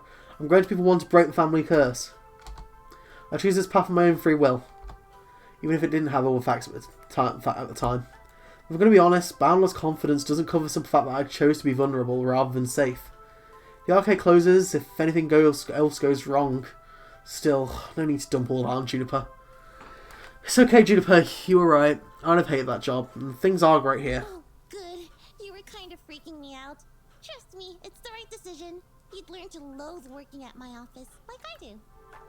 That's sad. I mean, sure, the pay is good, and you get solid health insurance, and paid vacation time, and they have a sweet coffee shop right in the lobby. And these really great chairs that support your lower back, like $1,000 chairs from Sweden crafted by master chairsmiths. Oh, Juniper, I said it's fine. Everything is fine. Honestly, I'm okay. I mean, I won't deny that I would have been a safer bet. I want to contribute my fair share to the apartment rent, What's done is done. I'd rather look forward than back. Right. Forget I said anything. Please, forget I said anything. I'm sorry. I should have told you. I shouldn't have held that back. But I still wouldn't have pushed you to take the job. It's totally horrible at my office. You'd have been miserable there, like me. We should get her into this arcade, because that'd be fun. Juniper, it's cool. You're right. I would have hated it. Okay, good. I've got a good feeling about all this. I think you're right where you need to be, even if I was kind of dumb about getting you here. Hey, I gotta get back to the office. Have a good lunch, okay? I can feel a distant rumble of a frozen box of pizza bagels taunting me from a recent repaired employee break room. Yeah, okay, and you have a good rest of the hours of your day, yeah? You bet. I'm okay with this. Everything is fine. Right? Right. What I need now is a distraction, and frozen pizza bagels are certainly not it. My pocket money is really slim, but I think I need to step out for some fresh air and treat myself to a better lunch than that. And hey, maybe some company too. Nice and distracting, talking to someone about anything other than this. Let's see who's available. Percy's taking advantage from his score chasing. Queen Bee's between matches right now. Tio's shaking it on Showtime stage. Or Ashley's not on mascot duty today. Let's see Tio. We're not seeing Tio yet. As he finishes the last beat of the song, I see Tio spin and jump off the Showtime stage platform. He doesn't even look back to see that he absolutely nailed it. Nailed it like the badass he is. Looks like most of the crew isn't around today, which is strange. I wonder whether they all went out to lunch together. Speaking of which, floor attendant Doulegg needs some food badly. Who too will be interested in launching with me? It's not every day I catch him sans crew. Before I can say anything, he's locked eyes with me already and is jogging over my way. Doulegg, how goes? Floor Attendant Doulegg is about to die. You doing alright? You sound hungry. Are you going to make it? Yeah. Actually, no. I may be doomed. I can't have you dying on me. Not like this. Let's go get some food on you. I'm taking you to Whole Story. What? The bookstore next door? Do they have food too? I know the best pastries and coffee this side of Mississippi. I can't believe I haven't gone yet. Sounds tasty, but I should really eat the pizza bagels I brought in for lunch. Please, you eat those every day. Let me treat you to something other than that. Think of it like a date. Whenever I'm around Tio, he knows exactly what to say to make my face turn bright red. Fine, you win, let's go. Okay, so I think we're sort of heading down the Tio love path. So, okay. Despite coming to the strip mall for 2 weeks, I hadn't actually visited our neighbours. Mostly I did whatever I needed doing. Took orders from Gavin, lent a hand to Ashley and Naomi, things like that. What my job having to call for. No more, no less. I would say I've been part of the community outside of the immediate circle of my co-workers, whereas he always visited Whole Story frequently. Where is Whole Story? Oh yeah, it's right next door. There we go. Tio leads away into a shop that smells strangely of dusty old books and sugary sweetness. So there's an actual thing here, right? Bookstores can make you want to poop. It's a scientific phenomenon where if you go into a bookstore, you're more likely to go, actually I really need to poop right now.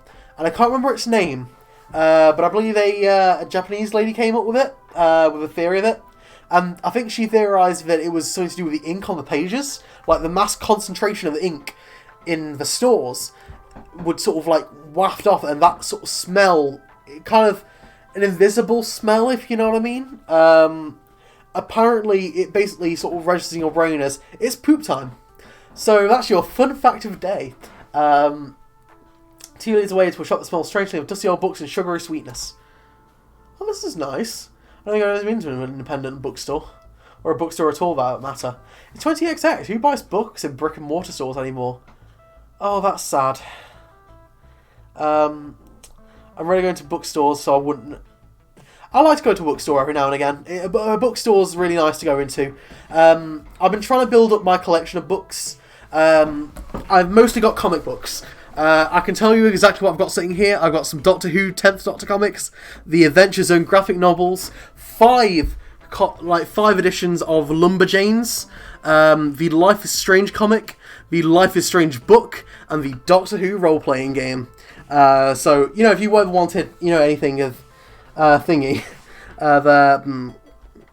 a sort of tour of my bedroom without a camera, there you go. Thanks, I'll write that one down. No problem, Matt. I'll see if I can find out what I was talking about later. But despite the subdued atmosphere comparing to the arcade, there are customers present and accounted for, sipping coffee, reading old tomes, and yes, munching donuts. Tio secures a tiny table for us before directing me to the bar. Hang on, what the heck is up with this menu? It's organised by the Dewey Decimal System? I feel whimsical today. I'll have a Matt groaning, pink icing, colourful sprinkles, and ring it up on my tab. I mumble out thanks, trying not to make a big deal out of it. Cash is tight, and boutique cafe pastries wouldn't help my situation much. A couple of middle-aged guys wait to take my order. Oh, these guys look fun. Rarely go to bookstore anymore. Most books I get as presents or buy online or borrow from a library. I mean, going to a library is fine. Support your local libraries. In fact, I'd love to work in a library one day. That sounds like a wonderful job for me. But you know, support your stores. You know, support your stores. You know, because like, you know, compared to like online stores, like, you know, people have nice jobs in bookstores, and I always try and support them. So I always either go to the one local to where I work, or the one in the centre of town, depending on when it is. RPGs, board games, puzzles. Yeah, it's basically just the kind of cafe, isn't it? They changed a lot since I went into one. We can buy role-playing games in bookstores. Yeah, I mean, like, this Doctor Who role-playing game is just... It's basically just the whole rule set, and then just, like, a few sort of, like, print-offs that you can get. Like, there's like, it doesn't come with like dice or like minifigures or anything like that. It is literally just a whole bunch of rules. I don't think I bought it from a bookstore, but I think I actually bought it from like a special RPG shop. But I believe you can still buy RPGs and stuff from bookstores. Like, the one closest to where I work, I believe, is I believe that has board games and stuff pretty frequently, but also it's inside a university. So, apparently, middle-aged guys wait to take my order. Hey, I'd like let's see, 1 super sweet glazed orange chocolate sprinkled orange juice with orange juice. Ew. You know what? Surprise me. What's your favourite donut? Or just glazed and some coffee. Keep it simple. Can I just say, that's going to hurt you. That's going to hurt you. So I'm going to go with, you know what, surprise me. What's your favourite donut? Hey, what's good? What's your favourite order from the menu? One Terry Pratchett coming up. A jam pastry with Clatchy and coffee. Ooh, okay. The second fellow puts together my order and also drops a small paperback book onto a tray featuring a many-legged wooden travel trunk on the cover. Huh. A literary lunch. With alliteration, apparently. Say, you work at the Funplex, don't you? Right, we've seen you walk past our doors every morning and evening. Like clockwork, tick-tock. Right. Sorry, I should have introduced myself. Floor attendant Doulegg Possum at your service. I'm your inside guy for tickets and tokens. Oh, we're lousy at video games. Totally lousy. But Francine's just a peach, isn't she? Sweetest dame you'll ever meet. Regardless, welcome to The Whole Story. I'm Ben. I'm Matt. No relation to the actors. Although they're cuties, and so are we. Oh, stop. Stop being cute? Never. So these guys are definitely together. Apparently sugar is available in other forms of round and holy. Anyway, don't let us stop you from having fun on your little date. Wouldn't dream of it. It's not a date. Just friends, then? Friendly friends on a play date? Maybe the real date was the friends we made along the way. Bravo! Bravo! Game over. That's how we end this game. I'd say the real friends were the friends we made along the way. Wonderful! Modern art! What if the way was also the real friends who were the real friends we made along the way? These are so good! Okay, now you're just being silly. And how? And how? Cack! Anyway, next order, please. The pair waves with the next customer in as I turn to Tio's table with our orders on a nicely decorated wooden tray. Nice choice there, that's my second favourite. Gotta admit, it looks delicious. But it's not as delicious as you. Oh, once again, beat red in the middle of a cafe. I can see Matt and Ben pointing and whispering to themselves about this. Quick, think of something to change the subject. So no regulars from your crew here today? Today's our monthly break day. I mean, folks come and go as schedules permit. Can't expect them to down to 8 hours a day, 7 days a week, but this is different. Make sure each month we all take a full day break from each other to clear our heads, not dance and just recharge. No arcade, no game, no smooth moves, just a moment to reflect and enjoy the good things in life. Wow, that's actually a really great idea. Too much of the same old stuff really dulls the mind. It keeps attendance up for all the other events. Less chance of a burnout that way. But you still showed up today to dance? T looks away for a moment, guilty as charged. Why? When is your break? T waves his hand away, scoffing at the very idea of it. Simply put, I don't require a break. Seriously? That's no way to agree. Everyone needs a break sometimes, so what makes you say that? Let's go with the heart. Break to hell is paid with great intentions, Tio. Everyone, including you, deserves a break every once in a while. Believe me, I would love to take a break. But I can't. Truly? Well, break day doesn't apply to me. I need to continue to work hard. You know, I built up this community from when it was nothing. I remember when it was just me and a few other players. And now look at it. We're not just a local crew. We're one of the biggest dancing game groups in the nation. Hell yeah. We got it all. The social media feed, Oh my. satellite groups, Oh my. online vids to tutor the hopeful newcomers. You're only seeing the tip of this crazy iceberg. Oh dang, he's got like a whole community. All of that depends on me.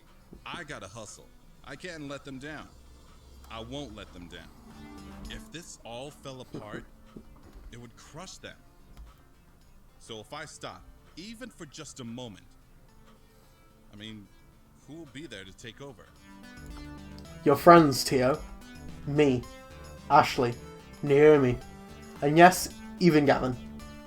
Huh? You take over my dance crew? No, I mean, look. We want to support you. You're part of the Funplex. You're not alone. The first time, Tio, who always has a wisecrack or smooth saying, is silenced by my words. Please never forget that. He lets a smile gently turn on his lips. I know it's hard to trust others sometimes. Just recently had to deal with some trust issues. Really recently, like this morning recently. And it's not fun, I get that. But you do so much for others, and it's okay to let them do things for you too. No, you're a true friend. Here I was supposed to take you out and hear about your life, and instead we just talked about me the whole time. Man, I am the worst. Oh yeah. Absolutely the worst. No, that's not true, and you know it. Yeah, let's be funny about this. I'm not... seeing Tio down in the dumps is heartbreaking. He's always cheering us all on. Maybe a sharp, sarcastic quip will turn that frown upside down. Yeah, worse for worse, there's a rank at the battlefield, you wouldn't be near the bottom, alongside more, you would be near the bottom there, war workers, unlicensed dentists, and Deco and Army. Harsh. Now he's putting on the smooth moves. Tio chuckles as he goes back to his normal self. I mean it, you really are a great friend, and I'm really impressed by your passion just now. Not many floor attendants would do that for their customers. That's Funplex for you, isn't it? I'm more than a neatly stacked pile of quarters in your eyes. We all are. Until Gavin tells me to stop fraternising with the neatly stacked piles of quarters, I will treat you all like human beings. Doulegg, you inspire me.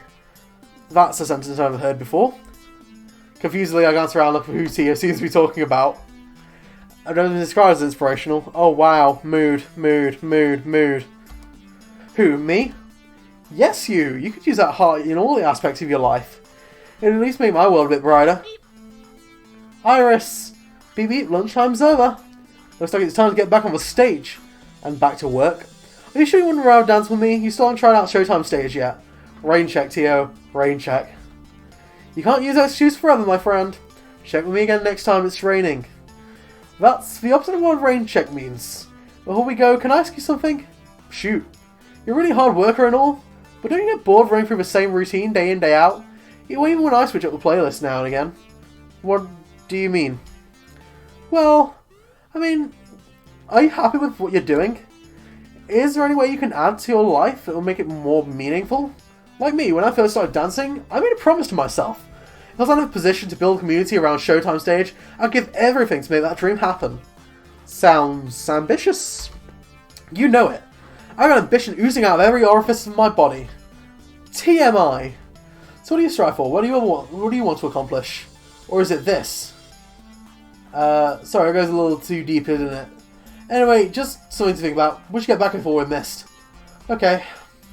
I quickly gather up my things and head back to the Funplex. Doulegg, you inspire me to be that person. Oh, thank you, Seth. That's sweet. I'll keep that on my board of things nice people have said to me, which is a genuine thing I have. I've got like a whiteboard and I write everything like things that people have said about me that's nice. Yeah, there's like a whole bunch of stuff on there. But like I did it so when I feel sad I can look at it now. It makes me feel better. Ark is here. Hey, pro gamers. How are you? I hope you're well. We've defeated the children, and we stopped them from destroying everything. And we also went on a sort of date. But who knows? We'll see where this game takes us. Time for the afternoon shift. That's usually when things heat up. After the quiet mornings, more kids coming in after school, more pro gamers rolling in with a cruise. I'm headed back to my desk, ready to take care of what needs taken care of, when I'm intercepted en route. Oh, hey guys. Doulegg, Ashley, you're both back. Good, I was hoping to catch you before we left. Ooh, what's up? Hazma's up. Okay. He is? Huh? Okay. Actually, I'll bring the van around shortly. Doulegg, you'll be flying solo today. Well, hold on. What's happening? Who's Hazma? I don't know. Oh, thanks, Seth. I'll put a bunch of stuff on there, so I'll certainly add that stuff on. Yeah, I don't think we've met Hazma yet. So hang on, what's happening exactly? Who's Hazma? Hazma's a game finder and auctioneer, and gives next to no notice of when a new block of games were going under the gavel. So we need to move. Ashley, Naomi, Francine and I will be going to Router's auction for the rest of the afternoon while you run the Funplex. My first instinct is to nod and go along with it. Gavin's the law around these parts, but Tio's words are still dangling away in my mind. Doing what needs doing is great and all, but maybe I need to step up a bit more. Plus the idea of being trapped in here during our heaviest hours no support is hardly appealing. Hey, what goes on with this too? Let me tag along. It's just a Funplex Manui, I might burn it down. Excuse me. I've got my drink here actually, I'm going to take a quick swig of that.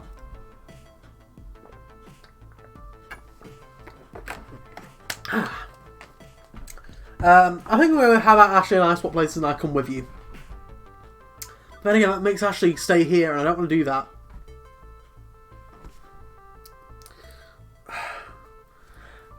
I mean, it's literally going to be me on my own, so I think I've got a right to be a little bit more angry about this. So, hey, what gives? I want to be on this too. Let me tag along.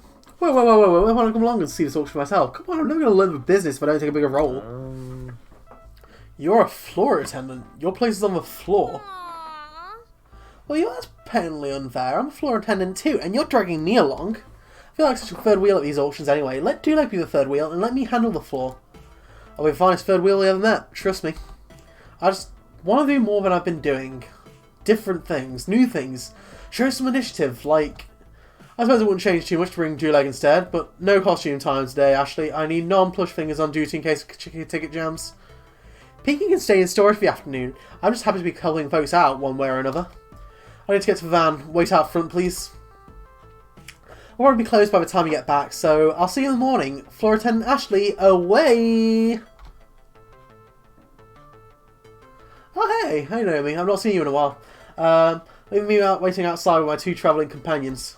Not much time to chat, however, as Gavin pulls around in a rental trailer around. Oh my, how exciting! I rarely go on adventures these days. It's just a quick trip, Mum. Any trip's an adventure if you make it one. Shall we? The four of us pile in, and it's off to the highway. Why is going on an auction more ambitious than managing the whole store alone? Oh shit! It's us. Why is going on an auction more ambitious than managing a whole store alone? It seems like the auction is very much a manager's thing, I think, and I don't know. I just know the story wants us to go here. Also, if you can tell what score we're on, I think that's very, very good right now. Thank you, game.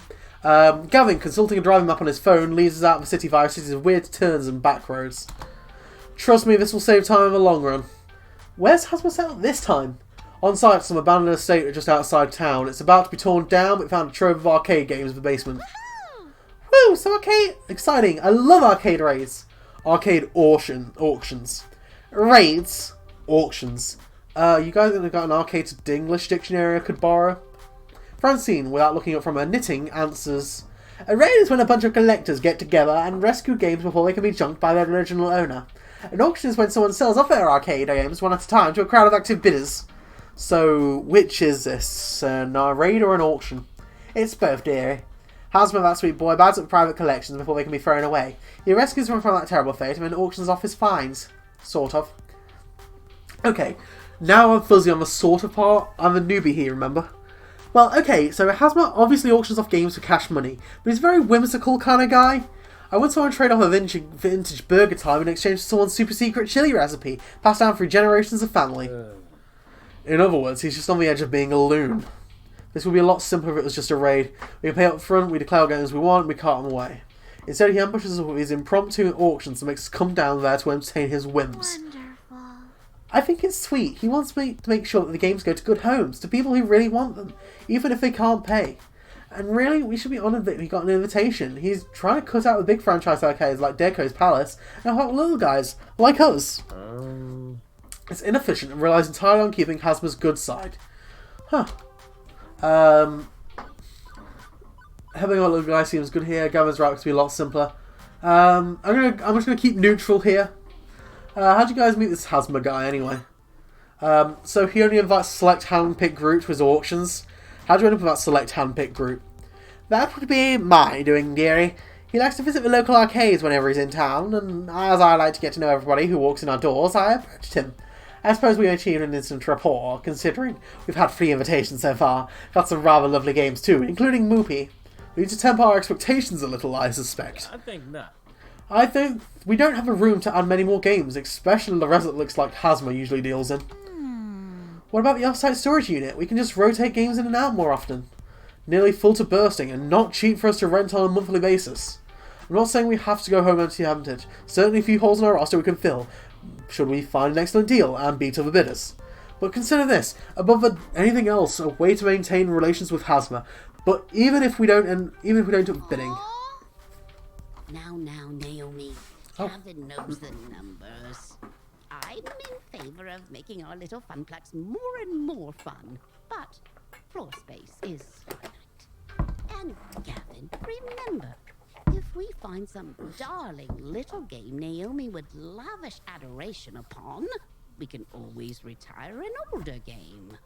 Life, my young friends, is a series of trade-offs. Alright, well, isn't it better to, not just settle and compromise all the time? Well now, there are trade-offs, and there are trade-offs. It's silly to say that you should never compromise, as silly as it is to say you should always compromise. It's what you compromise that defines who you are. When Francine said that, I felt that. You're all so young yet. You've time to make mistakes in learning what trade you need to make. Unless you don't make rent on your apartment or your stomach's drowning. Iris and Juniper have pushed me to stop selling for less out of life, to stand up for myself and my happiness. And I've just done that without regret, so everything should be fine now, right? Right? New default topic conversation. The weather! Well, at least it's a nice day out for an outing, right?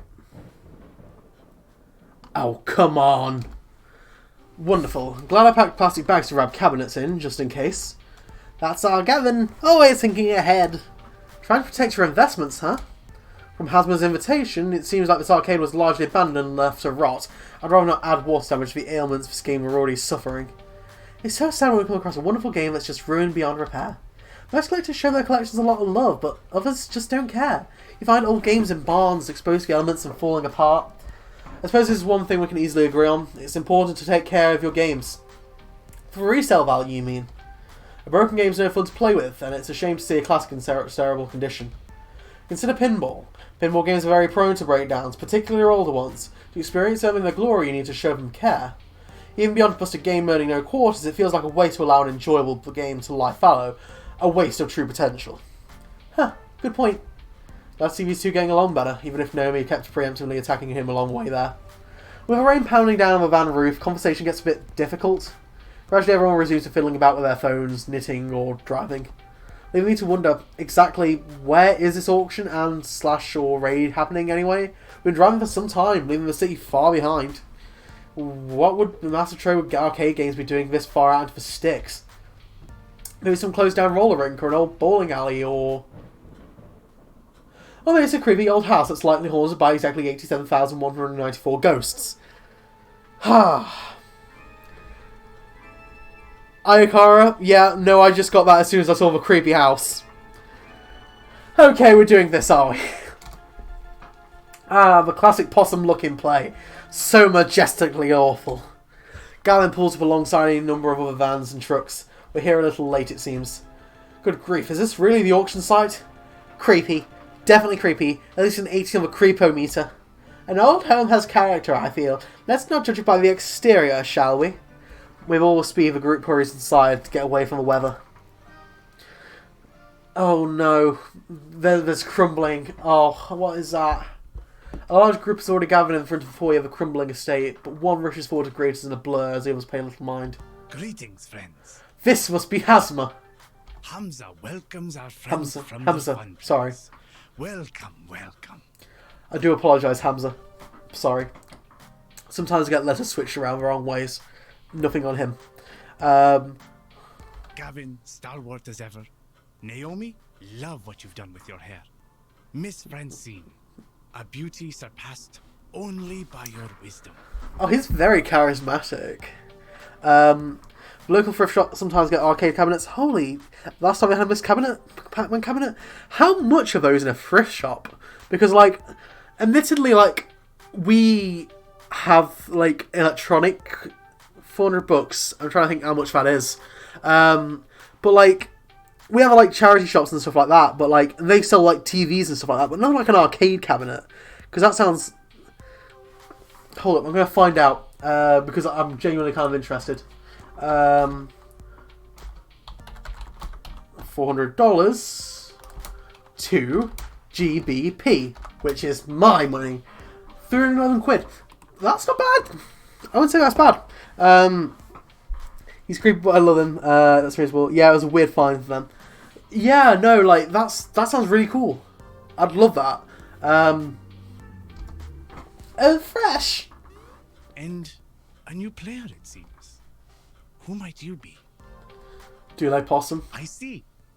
Greetings to you and yours. I am known as Hamza, seeker of antiquity, finder of things lost, player of games. I like him. And welcome to, well, not my home, but a place where Hamza shall provide hospitality regardless. Kind of dumb, isn't it? Seeker of Antiquity, 1980X is antique. Or thank you for your gracious invitation. I'm just going to go with... Like, that's too mean, and that is... I don't know if that's the right thing, so I'm just going to go with a neutral. Thank you for your invitation, Mr. Hamza.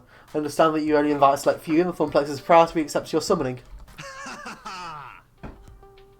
Now you sound like me. Indeed, I am very careful who I allow to my events. These machines deserve owners who will respect and appreciate them. Hamza will accept nothing less. I'm not going to imitate his accent. That would be racist. Not going to do that.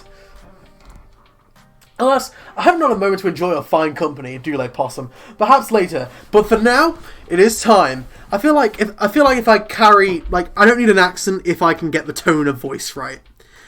Because, like, if I was like, let's have a moment to enjoy your fine company. If I did that in an accent, it would be less recognisable as Hamza than me doing it in my standard British tones.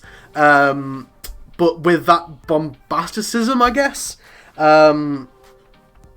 So that's an interesting thing I picked up with voices.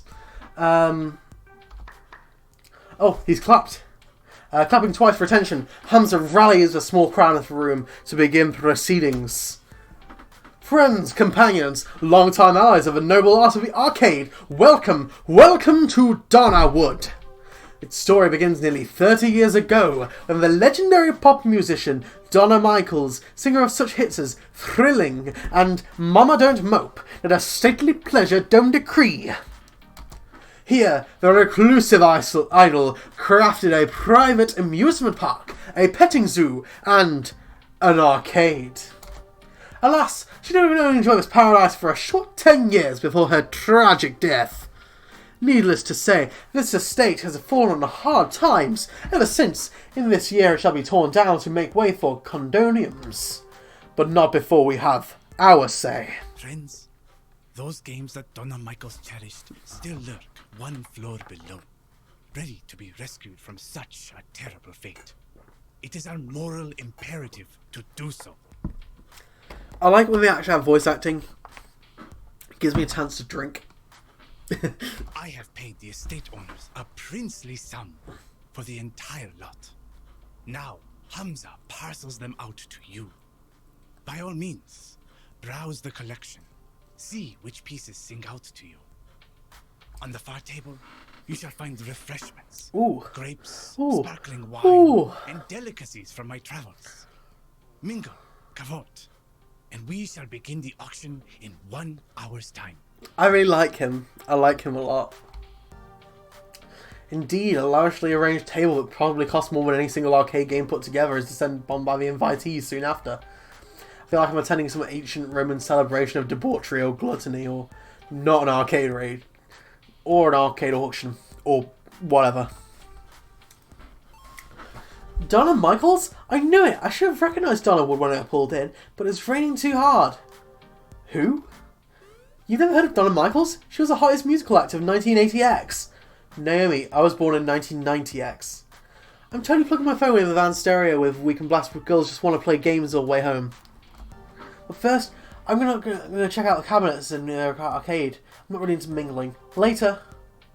She dashed off with all speed, heading out for the stairs leading below.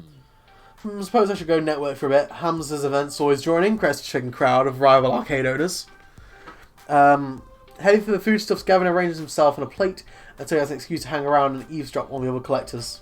Leaving me to do stuff. Now I see why Ashley was bored at these events. Gavin schmoozes, Naomi analyses finds, and Francine's already napping in a chair. I've got nothing to do. I'm assuming, let's see, we're quite low on the Naomi scale. So, if it gives us an option, I'm going to go with Naomi for next time, because, like I say, she's rather... Well, when in doubt, find someone who knows what they're doing and stick to them like glue. So yeah, I'm going to go with Naomi. I've got a pretty high rep with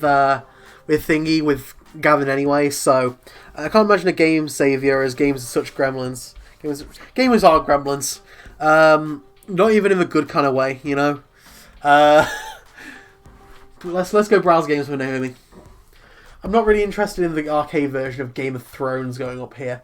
Gavin can handle these guys. Me, I want to see this legendary arcade Hamza was talking up. So head downstairs to join Naomi. Whoa.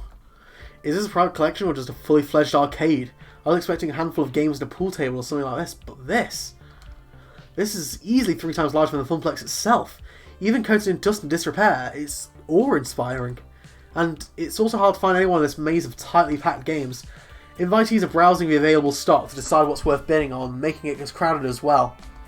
But eventually I locate Naomi, practically cuddling a narrow-looking TMNT machine. Oh! I don't know how she's doing the heart with her. I don't know how she's doing the heart with the mouth, but... Dude, look, a 2-player variant of TMNT. These were only released in the Oceania region. Such a rare find. Wait, wasn't that game originally 4-player? Why don't I want a version with only 2 joysticks?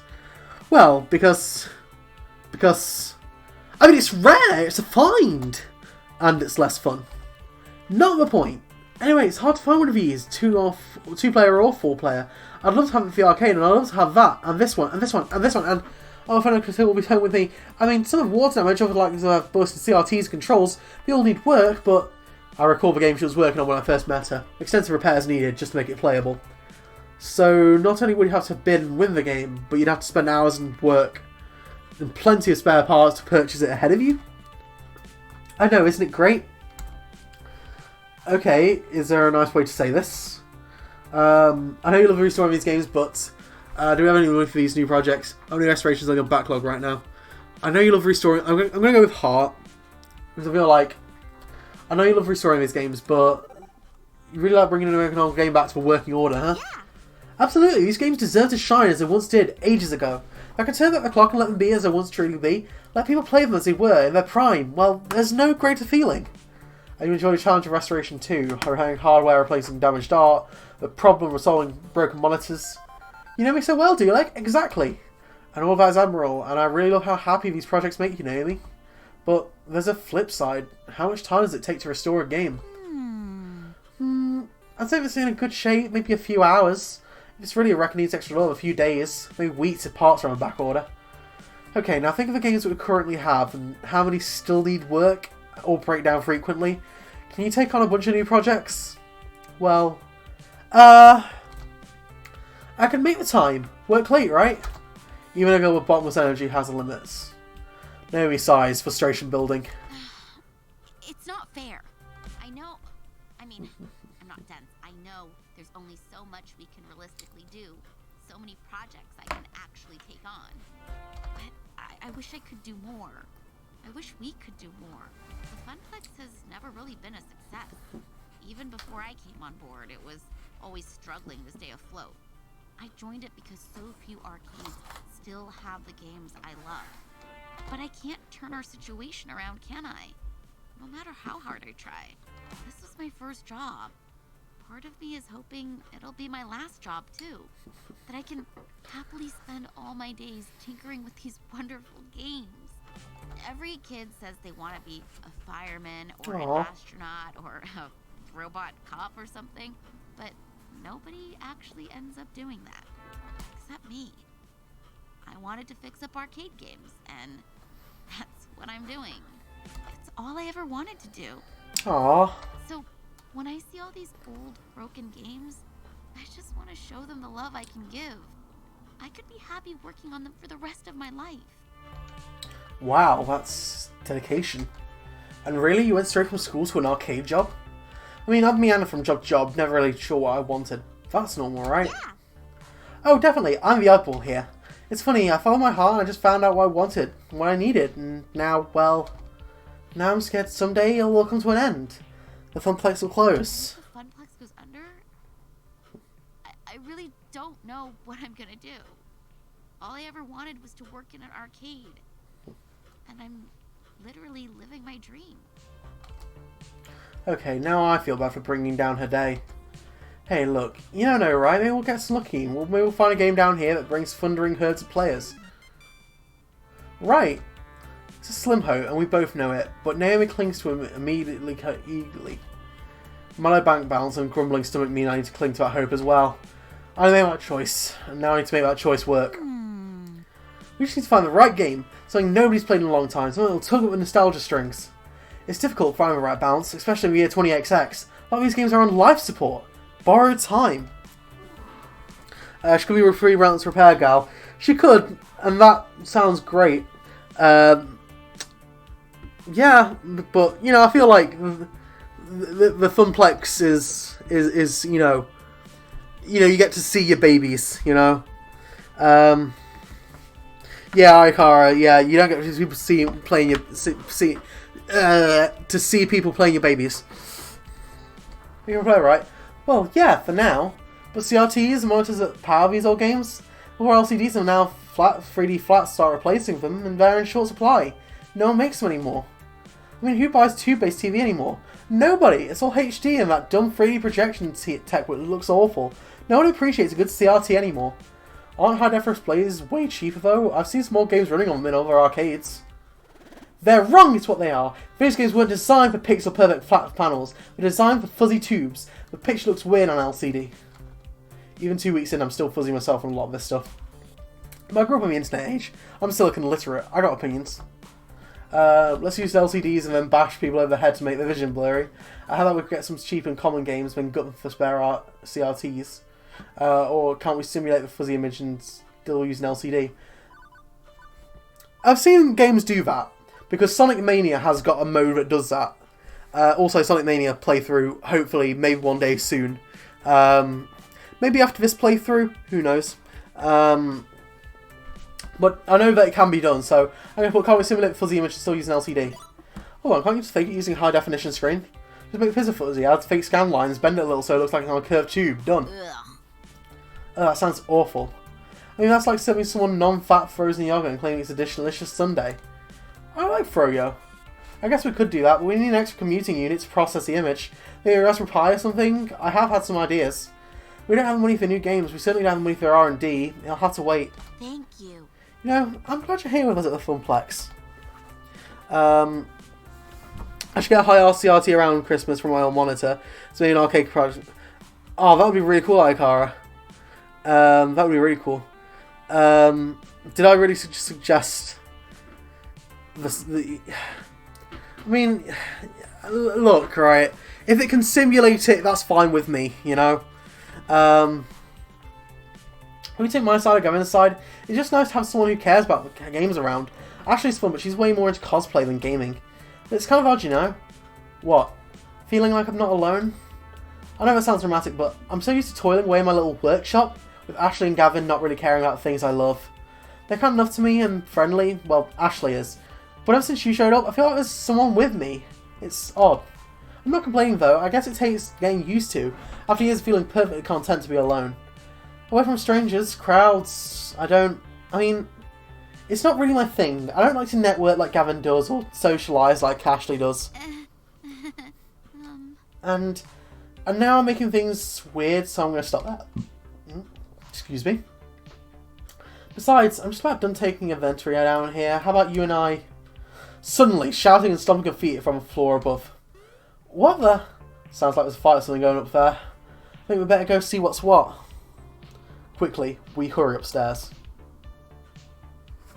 What's going on? I heard shouting. Hamza has ejected a representative of a dark carnival known as Daco's Palace from our midst, and not soon enough in Hamza's opinion. Oh, okay, I guess everything's fine then. Excuse me, I'm going to get my work apron on since we'll be moving games soon. Naomi, if you don't mind, after you get changed, we should coordinate our wish list. I want you to get that settled before the auction begins. No, don't leave me alone with the Bacchanalian Orgy Master? What? What is... Okay, I'm not entirely sure what that means. Bacchanalian? I think that's a word. I know what orgy means. I'm not going to say it. You know what? Yeah, no, I'm trying to get around copper censors anyway, so, like, I don't want to get fined, and I'm marking my videos down as not family friendly anymore. An orgy is a hot sex thing, so, you know, keeping it real, guys. That's for sex, for adults. They make fuck. Don't leave me alone with the Bacchanalian Orgy Master. Excellent! Now let's resume the social amusements and joke at... all these words are hurting me. Jocularities! Do you know, Possum, we shall speak, yes? Hamza leads me off away from a chattering crowd, presumably not to eat me, or yell at me, or anything like that. I make it a point to get to know all who attend my gatherings. Clearly, I have been remiss, as I allowed one who works with the hated Dekonami to enter.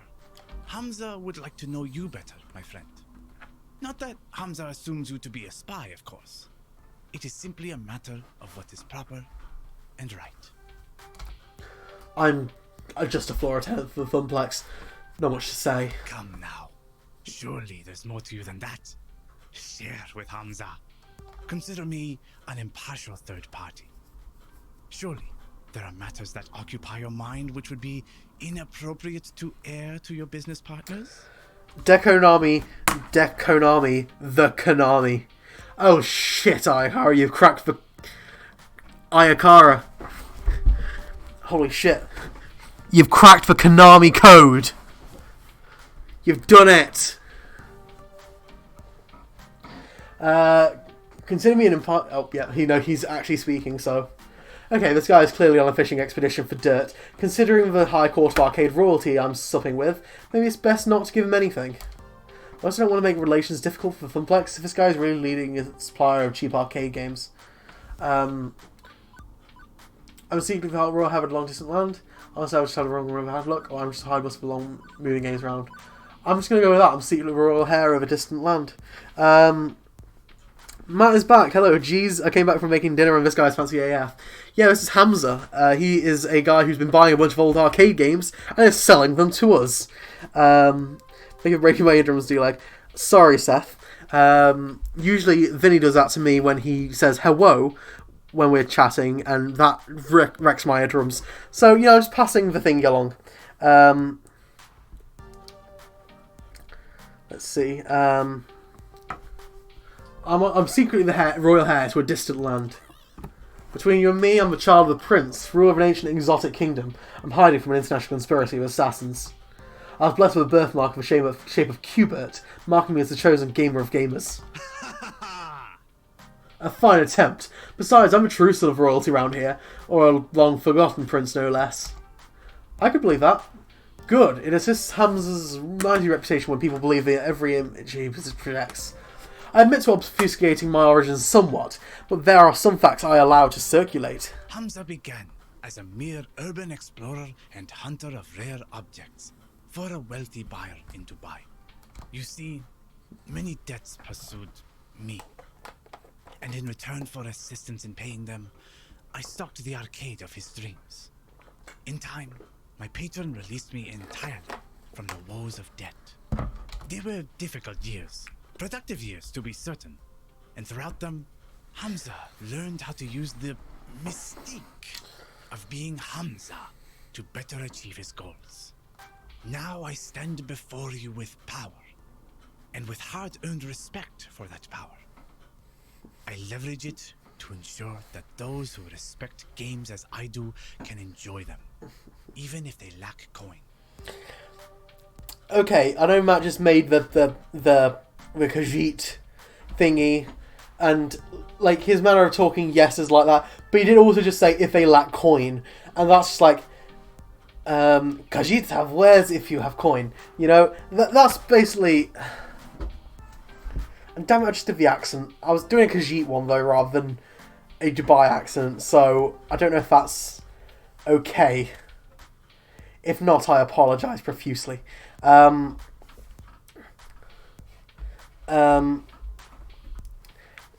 Ayakara Ark, I love you both very much.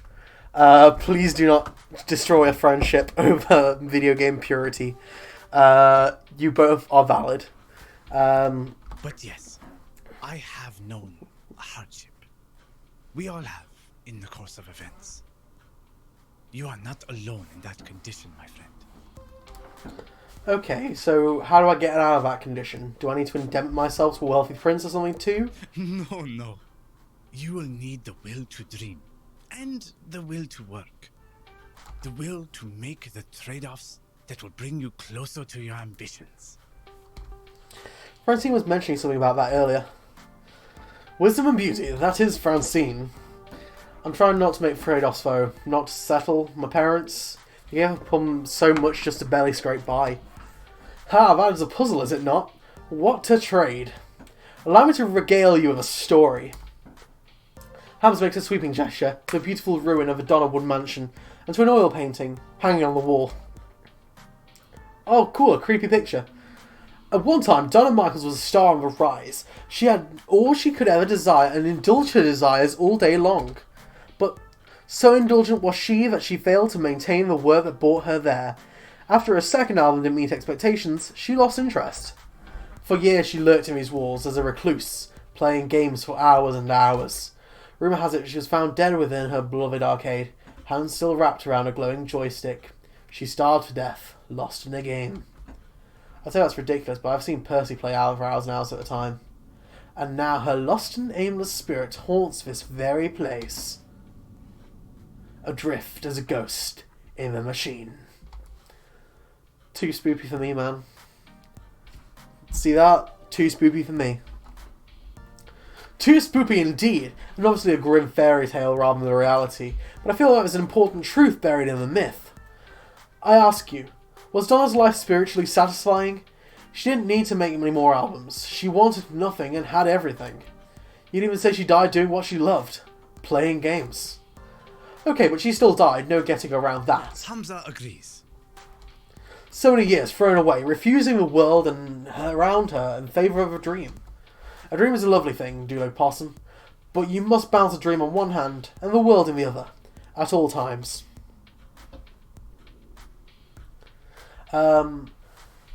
Naomi, she clings to her dream. Gavin, he clings to the world. Neither of them are truly happy as a result. And what do you, Doulegg Possum? Do you seek to be truly happy? Well, duh, what else was I going to answer except yes? Perhaps pressed a finger to my lips to silence me. Hold that thought. The auction is about to begin. Hamza claps twice, calling the room to attention. Greetings, friends. Friends, let us proceed to the arcade below. We have many games to bid on, all of which must be out the door by morning. As always, I will accept alternate bids, but test not the patience of Hamza. If your bid is not a serious offer, the hours grow short. Any titles which find no takers will go to my own collection, but my hope is to find a happy home for every machine which will love and respect these games. He motions to me in particular to follow as a group files downstairs. This way, this way! A bunch of folding chairs have been set up in front of a large HD TV. One of Hamza's assistants loads a photo slideshow of games on offer, and the group settles in. Hey, shouldn't Francine be here for this? It's technically her money. She trusts the two of us to make the right decisions on purchasing games. Plus, I'd hate to interrupt her nap, or her knitting, or both. I swear she can knit in her sleep. Oh, I'm just too nervous. I think I'm going to go browse games again, see if there's any I missed. It's so dark down here. I swear I didn't see them all. Well, how about you, Doulegg? Want to watch the auction with me, or go help Naomi search the arcade? I'm fine either way.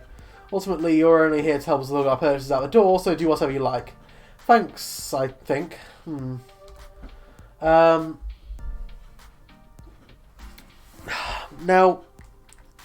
I'm wondering, Because admittedly, there could be something that Hamza's just missed, and there's like a hidden gem back there, and it would be a good opportunity to get closer. But at the same time, controlling the games, and also we also know what Naomi wants. So I think if we go with Gavin, we can bid on the Ninja Turtles, because she said it was rare either way, and it's a TMNT game, right? Teenage Mutant Ninja Turtles. Everyone likes the Teenage Mutant Ninja Turtles, so I'm gonna go with Gavin. I think. Auctioning sounds fun. Do I get to wave our bidding paddle around? Hamza's auctions are usually more shout-out-loud affair rather than discreetly signalling, but I admire your enthusiasm. I settle next to Gavin, one of the rickety old folding chairs. Not quite as posh as the banquette spread above, but hey, it's business time, not indulgence time. Naomi sent me a list of games she wants me to bid on.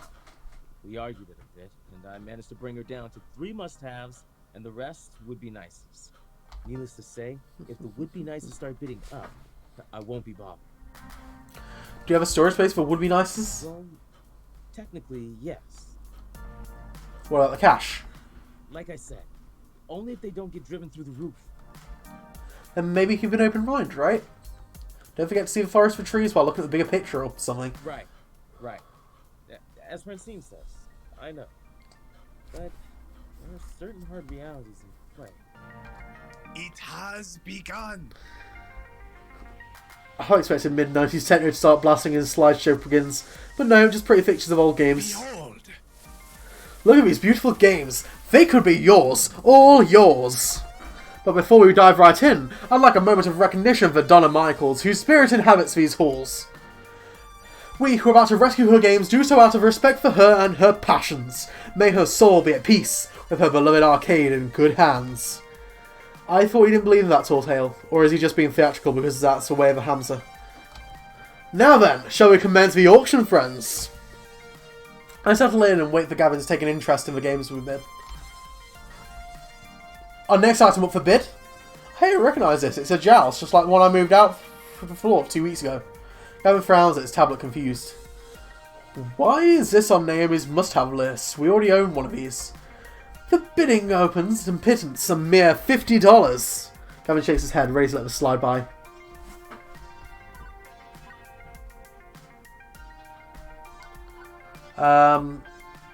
Now, I think we should go and try and pursue this, because I feel like she would have known that she has it, right? Because I don't know me too well, but I'm not getting the, oh, I don't know what I'm a ditz kind of vibe. No, I'm not getting that kind of vibe off her. She knows why she's got it, and I think two units side by side make a great tournament.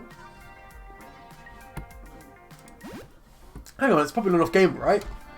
It's not a dog, but it's hardly a top earner.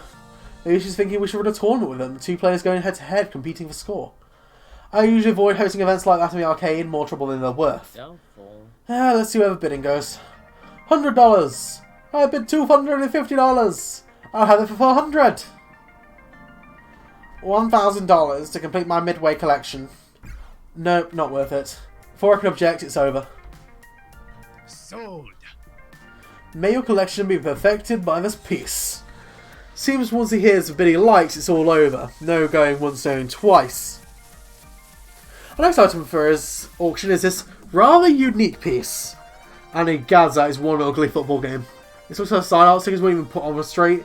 The white paint is totally uneven, the marquee's been broken, the monitor is a big old as it is no. The joysticks are 4 different clashing colours and... Do I hear 50? 40? Wait, I know it's Gavin whispering. Put a bid on it. Why? It's positively grotesque. I recognise the shape of the joystick colours. That's not really a football game, it's a TMNT. They were told me earlier we only need one of these. We need one of these. I thought we only have a crappy 2-player one, but that's definitely a TMNT at heart. Ah, it's a cheaply done conversion. No doubt some fool thought he'd get more profits off a sports game and lazily chopped it up. I need restoration work, granted, but slowly stands up. I suppose. I suppose we want to take it for $40. Maybe we can salvage a monitor. Good, good. All games deserve a home, even the ugly ducklings. Are there any other bids? No one? Not a one? Very well. Sold. To Gavin Cooper of the Funplex. Thank you. After Gavin sits down, I can swear I can spot Hamza wink at me. Does he know we just conned him? Is he okay with that? Impressive. You know, Doulegg, you're more knowledgeable about old arcade games than I thought you'd be. Well, my parents took me to arcades all the time back when I was a kid, and a few favourites like TMNT, Q*bert, and a flashback. And those were good times. Better times. Very well. I think I'm coming up on 2 hours, but also I'm only just at 8:15. And since I did start a little bit later, I'm going to try and get to a good point where I can save and quit. So I think we'll keep on going until about past, if that's cool with everyone.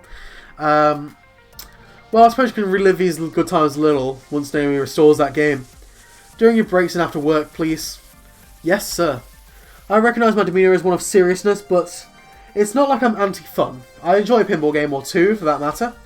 I thought it was more for challenge, though, or to chaos, developing mastery of the game and so on. Which is fun for me. Fun is a highly variable concept from person to person. For example, undoubtedly Naomi is going to have considerable fun restoring that TMNT back to its former glory, precisely because it's so mutilated. The Funplex provides fun in any form a visitor requires. That's my end game, the goal I reach for. The tricky part, as I found, is balancing conflict fun, ensuring as many dreams as are realised as possible, despite reality being rather harsh about it all. We'll need to watch our budget today if we're going to optimise that fun. Do you understand? I guess being optimal is fun for you. I suppose it is at that. Revel in the splendor. Next, a rare find indeed. What would surely be the jewel of any collector's treasure trove, provided they are discerning collectors who appreciate such splendours. And the next game is a black and white driving game from 1970X. I give you Death Race. Inspired by the movie of the same name that was decorated with skulls that sparked a controversy nationwide. I'm going to take a quick drink because my voice is killing me.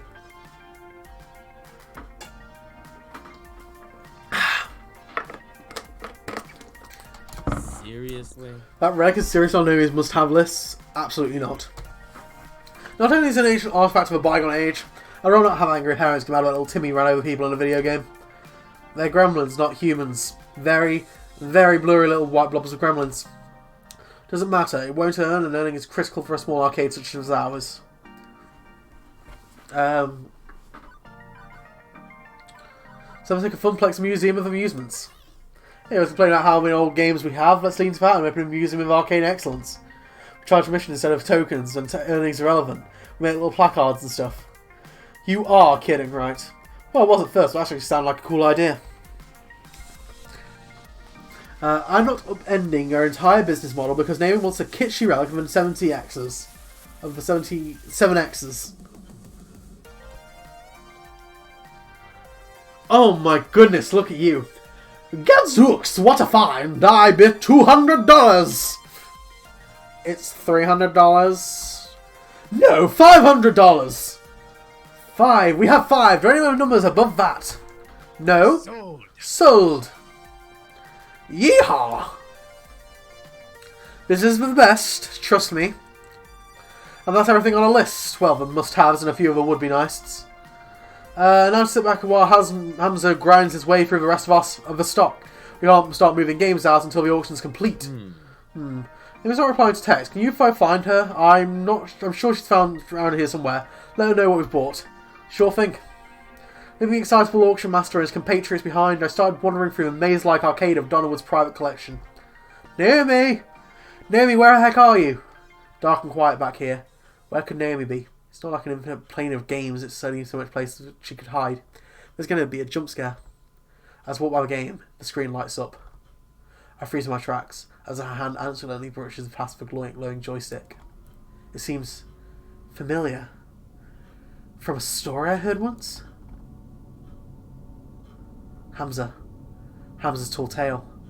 He said Don and Michael supposedly died while playing one of these games. A game with a glowing joystick. I should walk away. I should go. I have the official Funplex duties. I've been very good about not gaming when I should be working. Someone's already inserted a quarter. The game is ready to play. Oh shit, it actually is POLYBIUS. Oh no! Oh no! Oh, this is... Oh no. But someone's already inserted a quarter. The game is ready to play. One game couldn't hurt, right? Just one. to play the game.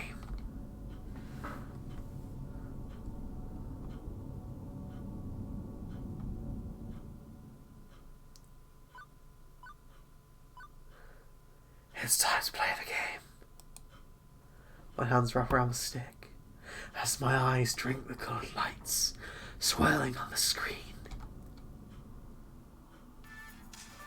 Play the game. Play the game. Play the game. Play the game forever. POLYBIUS 1980X. I don't know how to exactly... Sinestron game start. This isn't real. It can't be real. I'm there. That's me. It's just a game I have to play forever. None of this is real. Level 1. The Harpy. Round start. There you are. I've been worried sick. What are you doing out here touching strange joysticks, meeting strange people and getting into trouble? You need to stay safe, Doulegg. Trust me, believe in me. I can help you find your dreams. All you have to do is believe everything I tell you to do. Just depend on me. You need me, and you'll always depend on me. Always need me. I'll see to it by making sure I control everything in your life for your own good. Harpy's overprotective. It's super effective. That hurt. That really hurt. I'll hide the truth from you. I'll keep you away from every chance you have to better yourself. I won't let you leave me. You'll always need me. It's not real. It's not real. Harpy's yandere. It's super terrifying. Ow, Juniper, stop it, please. You agreed I was right to hide that job opportunity from the office from you. I was right. Everything is fine. You'll never doubt me again, right? And if you do, I'll be up until you understand. The game. I have to win the game. I get this feeling that if I don't win, I'll never get out of here. Something's wrong. I know Juniper's not a control freak. This isn't like her. Current help. 100%. Action.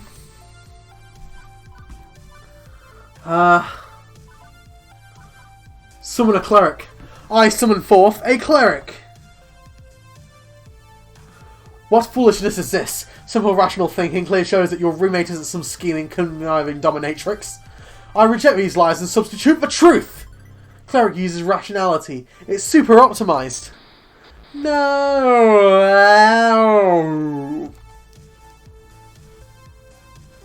I'm sorry. I'm so sorry, Doulegg. I don't want to control you or make you feel dependent. You have to make your own life to you to lead and your own decisions to make, and I should support that. I just wanted to help you smile again. I made a mistake of keeping your truth from you. I'm so sorry. Juniper, it's okay. I'm still smiling. I'm going to make this work. It's hard work, but I'm going to make my dreams come true. Good. I'm so glad to hear it. Good old Juniper. A kind heart as always. Okay, I can do this. I can handle this. Round level 2, the Shade. Round 2 start. This is all your fault. Nope, I officially can't handle this. The poots bagels, the debt, the rent payments, all of it. The piling up, mounting up because you are a failure, and I'll always be a failure. Love a voice, by the way, thank you. Thank you, Matt. Don't sounds great. Yeah, I need to play that at some point. The family curse, the tears, and sorrow, moving from town to town, barely getting by, settling for what you can forget. That's who you are, forever. It's never going to change. The arcade job, it'll collapse, laps. It's already enough not to turn back the tide. Inevitably, the arcade will close, bought out by Konami, and you'll be jobless, homeless, ruined, just like you deserve to be.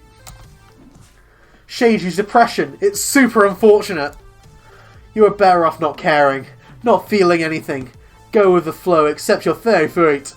Fall away, knowing you never really had any other option.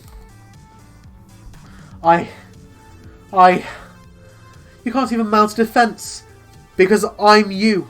And you know I'm right. You know you're right. We'll never be happy. I can't do this. Current health 100% action. Summoning a tank. I can't do this. Not by myself. And I won't be ashamed to ask for help. I've summoned a guardian.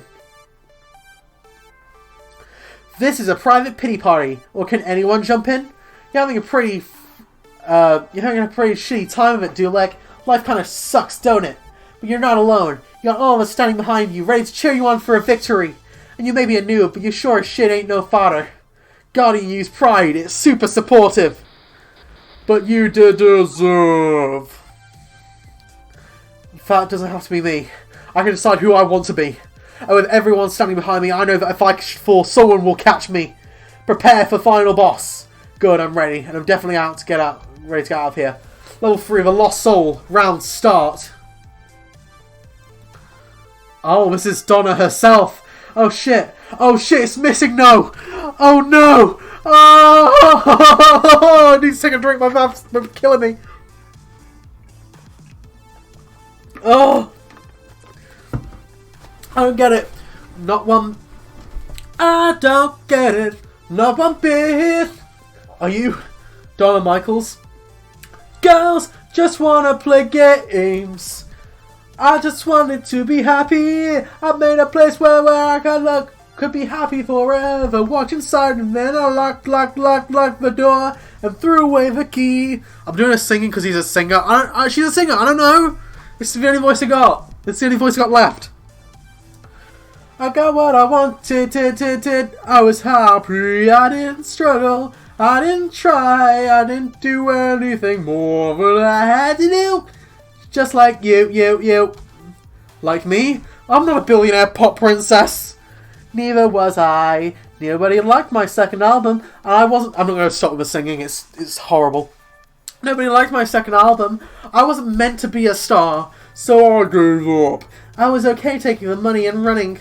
You could do the same. Maintain. Eat the pizza burgers. Do everything that's asked of you. Let Juniper continue to float the rent. You're in a good place. You could stay here. You could let go. Play games forever. Be happy. No ambition. No hope. No need. No ambition. No hope. No. You'll be fine. You'll be safe. Go with the flow. Go with the flow. Ever since my little lunch date, something's been bugging me. Maybe now I know what that is. Why did I have to replace Ashley on the strip? I didn't have to. They didn't ask me to. Why did I do it? Because this isn't enough. Being an arcade floor attendant isn't enough. Living hand to mouth isn't enough. Good. Quit your job. Quit and become like me. Lose yourself in the games. Oh, I'm not quitting. This is not what I meant at all. I want to fight. Current health, 100% action. No, I'm not fighting her. That's not what I meant either. If I can make the arcade thrive, I'll thrive. I'll make Funplex into a palace of fun. My friends support me, I'll support them. I have no real ambition before, but I'm ready to step up. This is one of this, right? My friends supported me. I will support them. So many wonder people in the Funplex come from Funplex home. They welcome me, and in turn, made me one of them. Now it's my turn. I see what Gavin means about protecting dreams, but I'm going to go one step further than he has. The arcade could be so much more. I could lead the way, go above and beyond doing what I've been told. I could champion the cause of Funplex. That's my dream. I want to end the family curse, to find both success and happiness. When the Funplex is finding the roaring success it deserves to be, with God as my witness, I shall never eat a pizza bagel again! But the glitchy shade just looks at me with confusion. That sounds hard. Yeah, it kind of does, doesn't it? It's a hard path, but that's how it's going to be. No. I don't think so. I think you need to stay here with me. You need to play games forever. That's so much better, isn't it? Just to let go. I can make you see. I can keep you here, drag you down, tear you apart. I am my health bar nervously. It's still full, but that could change. I don't think POLYBIUS is happy that I'm not giving in. I can't risk a fight with Donna. I need to get out of here. Prioritise my survival. Or do I want to try and save Donna too? I'm going to rescue Donna! This is risky as hell, but no one deserves to be trapped in a video game forever. Assuming I'm not just wildly hallucinating based on Hamza's spooky story and taking root in my mind, none of this is actually real in the slightest. Donna, I'm not staying. And you don't have to either. POLYBIUS is making you feel this way. It's taking advantage of you, leveraging your depression. I know, because I've been mired in depression too, and I know if I can beat it, so can you. Nobody wanted me. They hated the second album, They moved on. Why play games forever? Why not lock the door behind me? Nobody cared. Nobody cares. Nobody cares. And I care. Right now, there's a young woman on the phone filled with your music waiting out there. She's going to play your whole catalogue for me once I'm out of here. She cares. And I care. Maybe the jerks back in your day just lost interest, but nostalgia's a heck of a thing. You could mount a comeback tour. Tour? I always loved performing. The rest of the business, I hated it all. I hated the label, the industry, the backstabbing, the drugs, the everything. But the concerts. I loved the smiles. But it's all over, isn't it? I died. I'm not even done a spirit. All that's left is a simulation of me, running through some routines of Polybius. Error! Doulegg. Thank you for trying to save me. But there's nothing left to save. I'm not real. You seem real enough to me. Error. No. Escape. Purpose. Code. Execute. You need to go before Polybius completes its data collection of you and disposes of the original, like it did to me. I'll hold it back, and your BFF will do the rest. My what? Digital BFF to the rescue! Iris! I finally figured out how to break you out of this, but my apologies in advance. Hang on, do I smell something burning?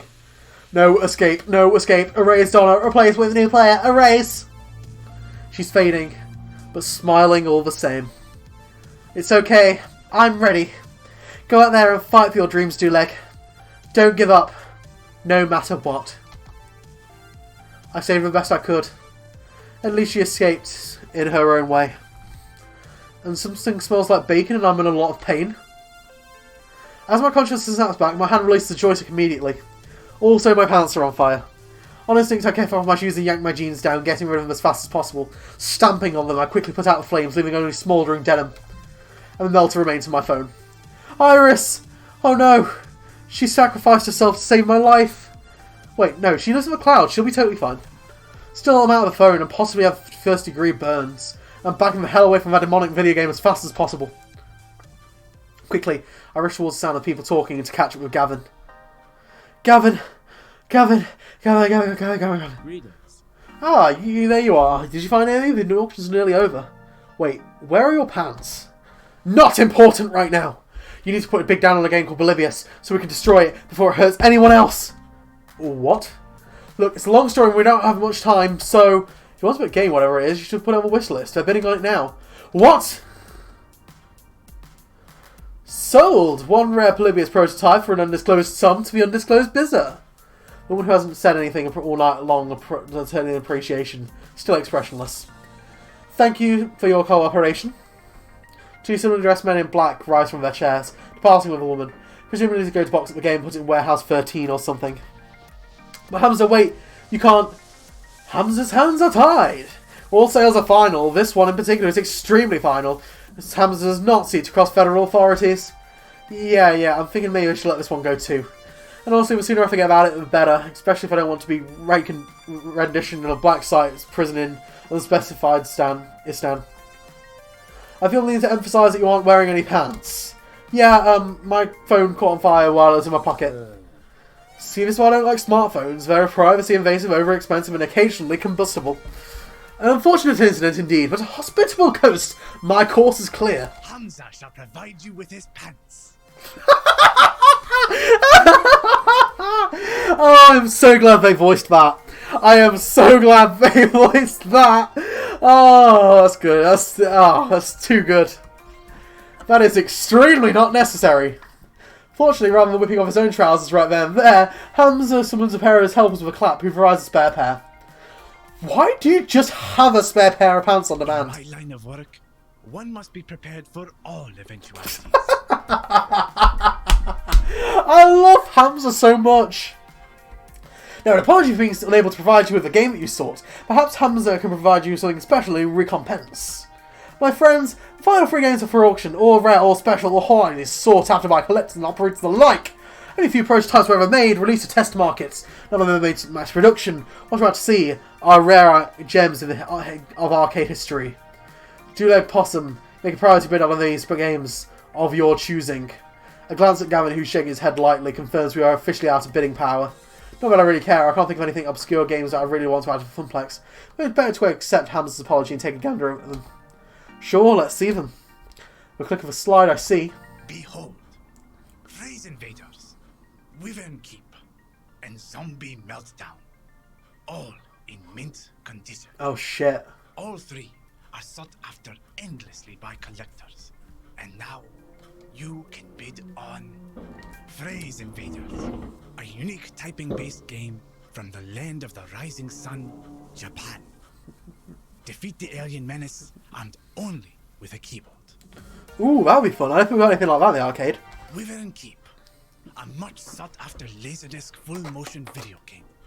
Play Princess Plucky and rescue the fair prince from the clutches of a terrible beast. Well, I was going to go with Phrase Invaders, but Wyvern Keep has a female main character, and like that's my whole jam. And finally, Zombie Meltdown, a classic 1984 light gun shooting game where you save the president from the red threat of radioactive mutant zombies. Tell me, which of these rare games sings to you? And what can you offer Hamza in return? I'll allow you a few moments to ponder your desires. I'm just going to quickly save here, just in because I think if the next thing is what we're buying, then I think that'll be a great cliffhanger. Are you done yet? I've been waiting upstairs for ages. Why are you holding a box of kittens, Naomi? Oh, I found them hidden in an old arcade cabinet. Fancy now I'm going to take them into a shelter. Wow. Wow, is that Phrase Invaders? OMG, I've never seen one in person. I can restore that. I can make it really shine. Please, please come with me tonight. Even if we have the money, a quirky old Japanese game with weird controls won't turn a single token. Now, Zombie Meltdown, that's another story. Everybody likes a light gun game, simple controls, simple premise, that'll learn well. Ugh, way too violent and gross, and jingoistic, and just sort of dumb. I guess Wyvern Keep would be okay too. One protagonist, 50 cents to play, we both walk away satisfied. I suppose we could live with that, yes. It's all moot, we can't afford any of them. These are the sort of games millionaires and private collectors scoop up. I suspect we get to work moving our purchase to the van. Doulegg, do you concur? Earth to Doulegg, you in there? Hello? I remember. Before my family fell on hard times, before the curse kicked in. Every summer we'd go to the beach. There was this arcade, this one game I fell completely in love with. A game no one had ever heard of before. Yes, I remember it now. Hamza, I've come to bargain. Such fire! Oh, such fire in your eyes, Doulegg Possum. Most impressive. Speak of your dire desires for all to hear. Gonna save again. The game I remember so fondly was... And that... is where we're going to leave it, I think. So, yeah, that was a lot of fun. Wow. I think, yeah, so I think that's probably going to be the best place to leave it. Hey, that was a lot of fun. And we did go a little bit over, but hey, I like leaving these on cliffhangers. So how did everyone enjoy that? I hope everyone enjoyed that. We met a few new characters. We saved an 80s pop princess. Wow, this was story cooked again. Yeah. Sorry, Matt. You're just gonna have to tune in next time, I'm doing a sort of nudging thing, but Ikara likes this and Seth likes this. Yeah, I'm enjoying this too. I've checked out how long this game actually is, and apparently it's somewhere around 9 hours, maybe 8.5. Obviously, we've got sort of the gags we're filling in as well because I'm funny, you know. I'm the funny one. So, like I say, I think that's a good place to end it. Like I say, but yeah, I mean, I've got about 4 weeks until I have my month-long break, which I'm planning to stream a bit more in that time span, on a few different days. So I'll probably end up getting it done by then. But yeah, So yeah, I think that's everything to do with the game, really. But let me think. Is there anything updates wise? No. So it's literally just the holidays I'm getting. So with that being said, let's usual outro spiel. So first things first.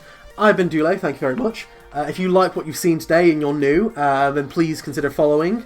You can also follow me on Twitter at Doulegg as well. Please also head over to, I do not have, I'm going to do it now, I think it's this. I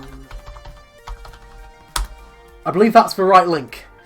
I hope that's the right link. From there, you can chat with the Franz, who, somewhere in the chat right now, you got Womat Berry in the chat, Ayakara in the chat, you got Keldmis, and Brett MWXYZ. Oh, it's without HTTPS. Sorry, Ayakara. Oh, it's HTTP. Gotcha. Okay, sorry. Still learning the links. But please check those guys out. They're all great. I'm not technically one of them, but I'm an affiliate. That's what I like to say. Please also check out my good friend Vinny. He's at streams at VinQ, VINIKYU, I think. I'll get that sorted out someday. We'll just have to rent a server. Yeah. Yeah, so check out the Franz, check out Vinny, check out me if you like me. I think that's about it. I'll be coming back next Sunday. I took a week off last week to play some Pokemon. But I will be back next week.